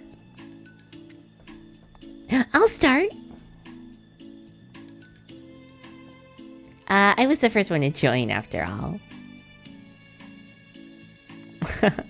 Wouldn't that be me? No, I want to go first. Fine. You can start. I don't mind. Yay! So... Gosh, it feels like so long ago. I think I joined because I just wanted to have fun sharing poems that I like. Sharing my poems with people. It seemed like it would be a safe way to it seemed like it would be a safe way to express myself, you know? Like, it's just, like, if it's just a poem, then I can share it without feeling like I'm burdening anyone with my problems. And I thought that it would be a really good way to get to know other people, too. So yeah, I was really surprised when I walked in and it was just Monika. And she was sleeping! Don't remind me of that. Oh gosh. Yeah, but it seemed like so much fun to start a new club. Especially since writing helped me so much. I wanted to see it help other people too. But it just ended up being me who was inspired, because I remember feeling like Monika was just so sweet and mature, and that I could trust her with anything. It made me feel a lot less alone, having someone who knew even the bad things about me. And at that point, I knew the literature club was going to be special for a lot of people. Yeah, I feel the same way. It really helped give the club a lot more of a cohesive vision. Yeah, and when Yuri joined, but she was a lot different from us, and Natsuki too. I think for Yuri, it really helped for me to take the lead before she was able to open up a little. But Natsuki was kind of the opposite, where she wasn't really ready to get close to someone really quickly. I never really thought about that sort of thing. And I really feel like I've gotten better at understanding people's different needs. And that makes me really happy because my friends are just the most important thing to me. And whatever new members we get, I just want them to help them in those ways too. I don't know if I would have continued coming to the club if it weren't for you. Really? Mm-hmm. I know it wasn't too long ago, but it still hurts to think about my behavior back then. I was really short-sighted. The only reason I came were to find others who were into fantasy. And I suppose it was my idea of making friends with people. And I remember feeling uncomfortable because you and I have such different energy. I had such a specific idea of the kind of person that I could be friends with. So when Sayori tried so hard to get to know me, I felt like I was just wasting her time. I think I was naive to assume that similar interests were the key component of friendship. Because Sayori and I were able to become friends because she always thinks of the needs of other people. That's something I never knew how to do, or even thought to do. But I stayed in the club, and thanks to that, I started trying as hard as I could to understand people better. You really went above and beyond when it came to that. I was super impressed. Well, I always hated that I didn't always know how to behave like a person who is easily liked by others, like the two of you can. And because of that, I spent so much time thinking about my own behavior and all the wrong things I said. But the whole time, I should have been thinking more about other people instead, not myself. Once I started doing that, I was able to make friends with everyone else. Oh, also, I discovered that sometimes I'm a better communicator when I take the time to write rather than speak. It's so strange the way things turned out. It's so far different from anything that I ever would have expected. But I'm happy. I suppose we don't always know what we really need. Oh my gosh! You're so cute that I'm gonna throw up! Okay, please don't do that, Sayori. Besides, I'm not cute. Hey, isn't that my line? Oh. Well, for me, it's actually true, so... What are you saying? Nothing. I finished my part, so someone else take their turn. My heart! Sayori takes some deep breaths. Okay, fine. I'll go. Yuri, I can't believe you were complaining about doing this and still went before me. What a show off. I was just following up on Sayori. It was the easiest way to get it over with. Besides, you left out the most important thing that you get out of this club. I did? Yeah, a regular supply of your favorite cupcakes. Oh no, I forgot that too! I'm a traitor to the Cupcake Queen! Neither of you are forgiven. Looks like only Monika and I will be getting cupcakes next time. No! I can't eat that many cupcakes. True. Only Yuri can. Hey. Well, anyways, I'm just putting off talking. It's kind of hard to talk about this stuff. But I guess what it comes down to is just that I'm in a much better place mentally than when I first joined. And that's because everyone helped me realize that I had some really toxic friendships going on outside the club. It was honestly a really painful thing to go through, having to cut them out. It still hurts to think about. I'm sorry, Natsuki. It's fine. I knew it was for the best, and I was right. I guess for me, it's all about feelings. I was only ever ridiculed for having feelings, so I thought the right thing to do was to just ignore them. It took a really long time for me to realize that it's not really how things are supposed to work. And I guess that's thanks to everyone who took the time to respect my feelings, even when I was being like the biggest jerk. I'm really sorry about being a huge jerk to everyone. I was really the worst. Natsuki's voice chokes a little. We love you, Natsuki. I hate that I was like that. Everyone did so much for me, and I could never do anything in return. That's not true. Natsuki. You've done a lot more than you think. This club really wouldn't be the same without you, and I mean that.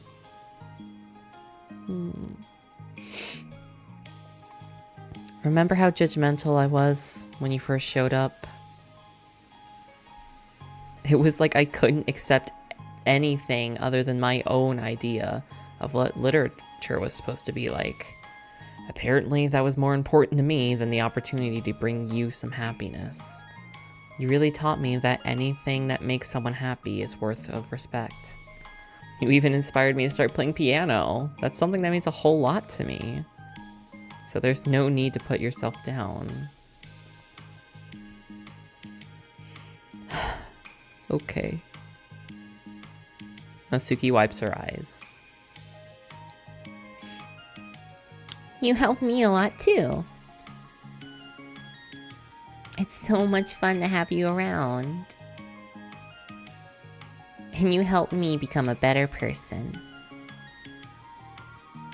Having a problem doesn't make you needy or inconvenient. It means that there's something that means that there's something that needs to be better for you, and you always deserve that. I agree. Seeing you have some of the same struggles made me a better person as well. I wouldn't want to change anything about our time here. I don't think any of us would. I'm sorry that I got all dramatic again. That's all I wanted to say, so Monika can go now. There's no need to apologize. It was something that I wanted to talk about anyways because it made a big difference for me. I was always such a strict perfectionist who never took the time to believe in the best in other people. But everyone just kept proving me wrong. I made mistakes multiple times, thinking that my way was the best for everyone, or thinking that I needed to solve other people's problems. But I think that being a leader means that you have to acknowledge that you're not perfect, and that the best thing that you can do is to help guide people, rather than do everything for them. We're all good people. We're all equals. I think that that's the most important thing that I've gotten out of this club, realizing what that really means. Sayori, what are you doing? I just thought that we should be writing some of these things down. Things about the club that are valuable to us. With a piece of chalk in her hand, Sayori writes the first word, trust, onto the chalkboard. This is because you showed me that I could trust you with everything about me, not just my good side. Then Yuri takes a piece of chalk as well. They're gonna write the words. She writes understanding. Oh. I owe a lot of gratitude for everyone who took the time to understand me, even though it was so difficult for me to express myself. Well, in that case... Monika takes a piece of chalk as well, and writes the word respect. I always thought I was a respectful person, but it took the club for me to realize that there was a lot more to it than I thought, and I'm a better person because of it. Oh, I have another one. Sayori writes balance. Sometimes people want different things out of a friendship, or they need time before they're ready to become close. So it's important to keep things balanced between you and the other person. That reminds me. Yuri writes reflection. I've always been a reflective person, but most of it has been nothing more than hating myself for the things that I thought that I did wrong. Once I started reflecting on the other people and not just myself, a lot of things changed for me. So I think that's the most important one for me. That's great. We have a whole list of things now. Suddenly, everyone turns to look at Natsuki. Well, everyone took all the chalk. Don't look at me like that. Jeez. You could have just asked. Monika places a piece of chalk next to Natsuki. Then Natsuki sighs and writes, self-love. I don't know how far I've gotten with it yet, but it feels like a lot of things are at least on the right track. So there. That's my contribution. Together, everyone stares at the words on the board. Hello, Robert. Welcome to the stream. Wasn't this supposed to be about literature? It is. We still have a lot of literature. Friendship and literature. Yeah, you're right.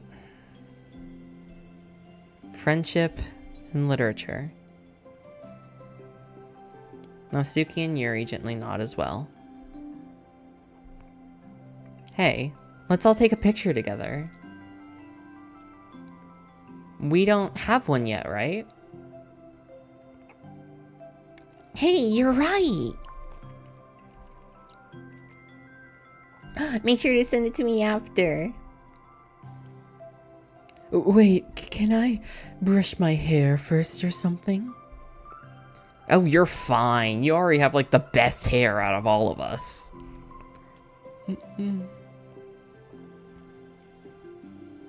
Everyone get together. I can't fit you all in. Okay.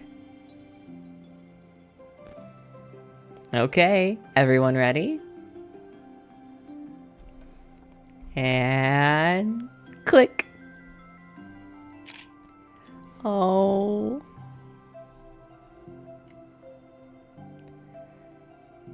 I'm really glad we talked about this stuff. It's so easy to forget how far we've come with only just 4 members. Yeah. I have so many happy thoughts right now. I'm getting some really good inspiration for a poem. You know, I feel the same way. I kind of want to get some writing done. Me too. I think I would like that as well. Everyone's looking at me again. I'll do it, but I may not feel like sharing it. That's okay.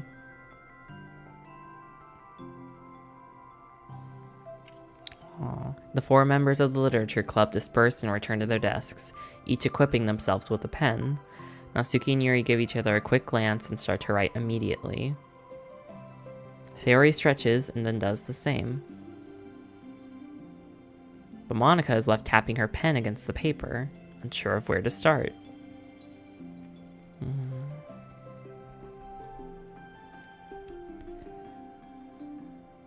Just move your hand. Monika mouths to herself.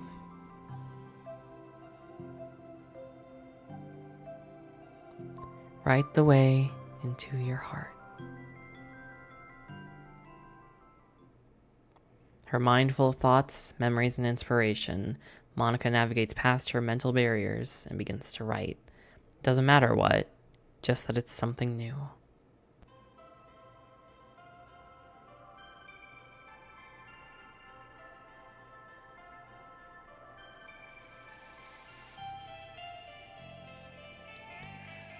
Aww. What? Oh, that's it. I suppose it's the credits at least. Wow. Oh, Team Salvato. Oh, you knocked it out of the park. Wow. I need a second.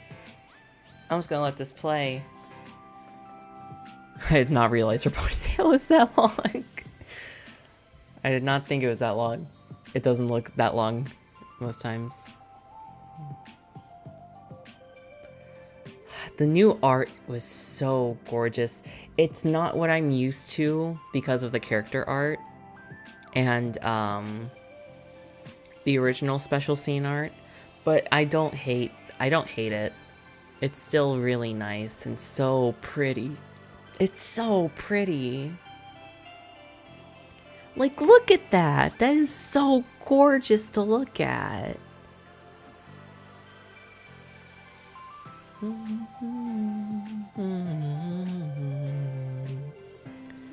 Ah, the music in this is so amazing.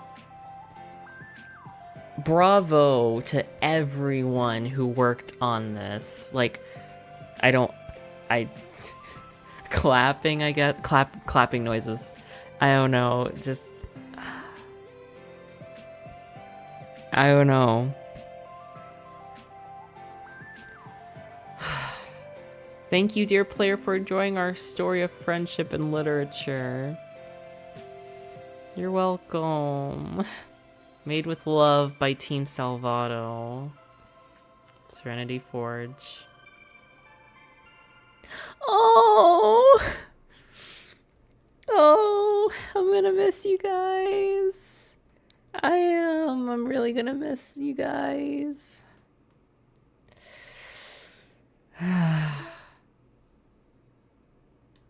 Let's just leave it on that for a second. Oh, gosh. I can't believe it's over.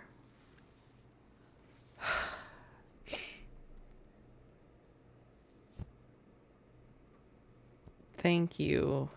You gave me a lot to reflect on. Okay. Let's go to the hangout spot. And thank you, like, once again, thank you, Dretchinox, for giving me the opportunity to look at this and to do all of this. Thank you for your videos.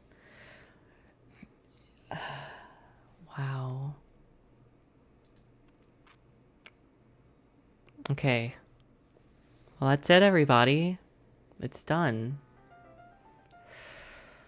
Wow. It is very late. It is 5:17 in the morning. But but it was worth it.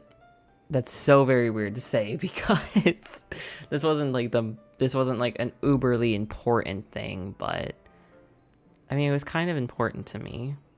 There were a lot of things that I learned and reflected on from this. I know it sounds silly to say because it's just a game, but I don't know.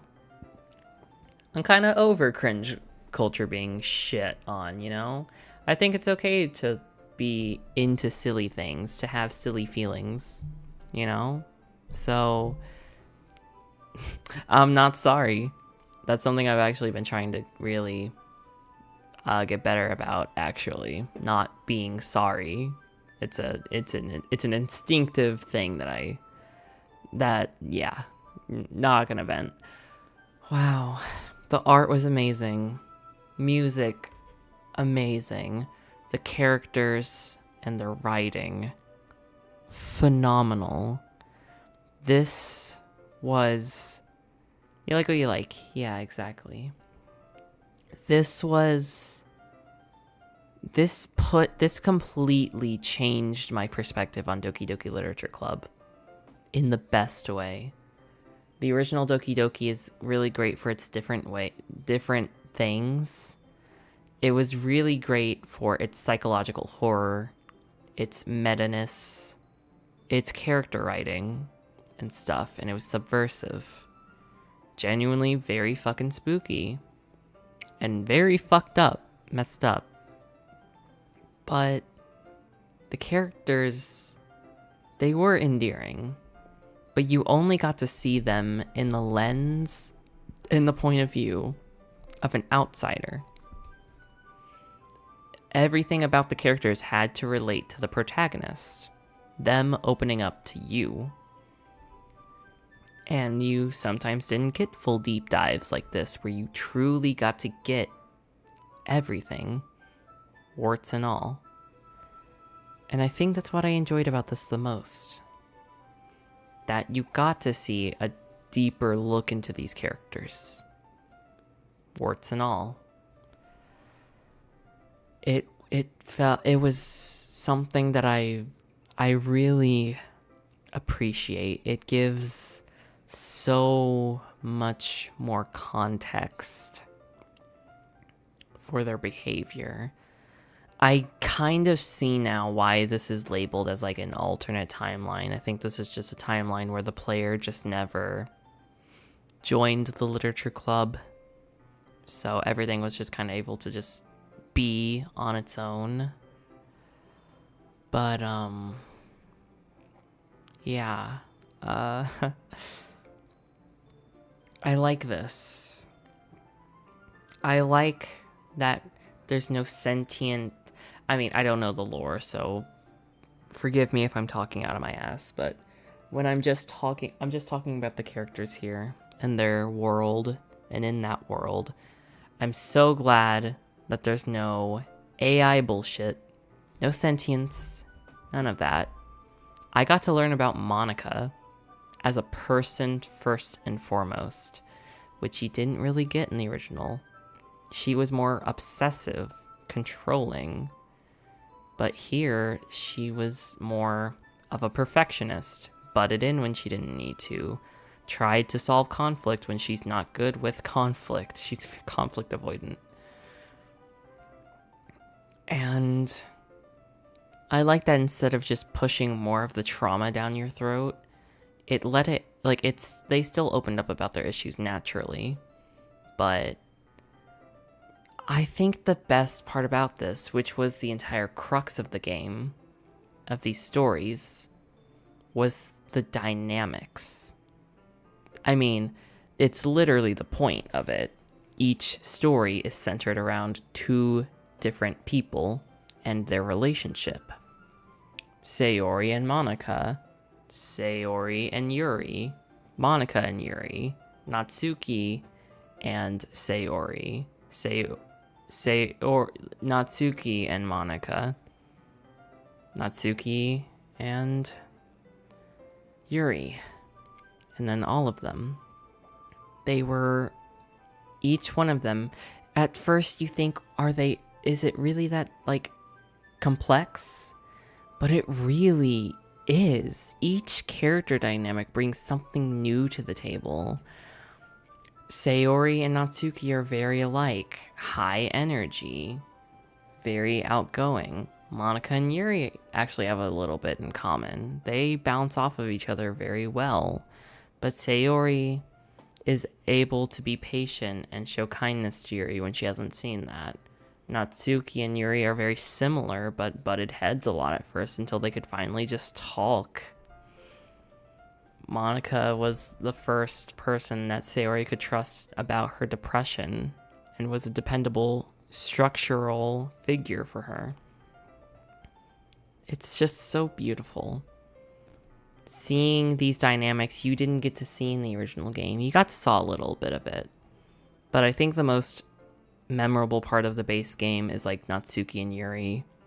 Maybe Monika-ish and Natsuki? Not really. Kind of. You just didn't get a lot, so this was very much needed and just great to have. And yeah, I'm happy. I'm leaving this very happy, and yes, the story may have ended. I will probably not touch either game ever again, but I'm gonna remember it with a smile. And I think that's okay. And that's actually a really good thing. What you gonna do now? I guess I probably should say what we're gonna be playing next. The DLC gauntlet is also is almost over. Actually, we only have 2 more games. The next thing that we're gonna be doing is we're going to be doing let's see. You were satisfied. I am not Angelica Schuyler. I will never be satisfied. I will never be satisfied. But I am. I am satisfied. I had to get one song in the stream. I made a screenshot apparently at some point. I need to stop dancing around it. I'm forgetting, and it's also getting really fucking late, so I need to sleep. The next game that we will be playing, I'm gonna be streaming tomorrow, right? Yeah, tomorrow's Sunday. The next game that I'm going to be streaming tomorrow is the Alien Isolation DLCs. We are going to be doing the, I forget what they're called. I have it put on how long to beat. Let me pull that back up. The Crew Expandable and the Last Survivor DLC for Alien Isolation.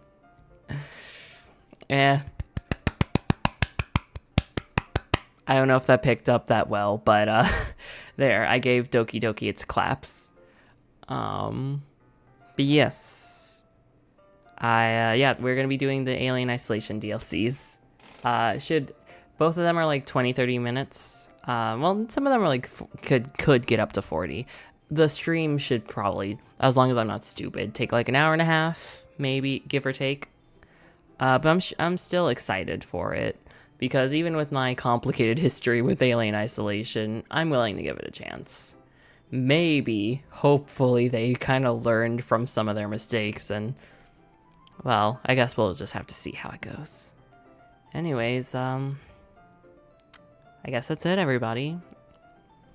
I will, I'm gonna go ahead and get settled in, get ready for bed. And thank you guys so much for the support.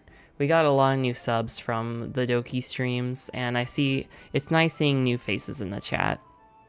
Thank you guys for coming on this adventure with me, even if it was only a couple parts long. And, well, I hope to see you again in the future.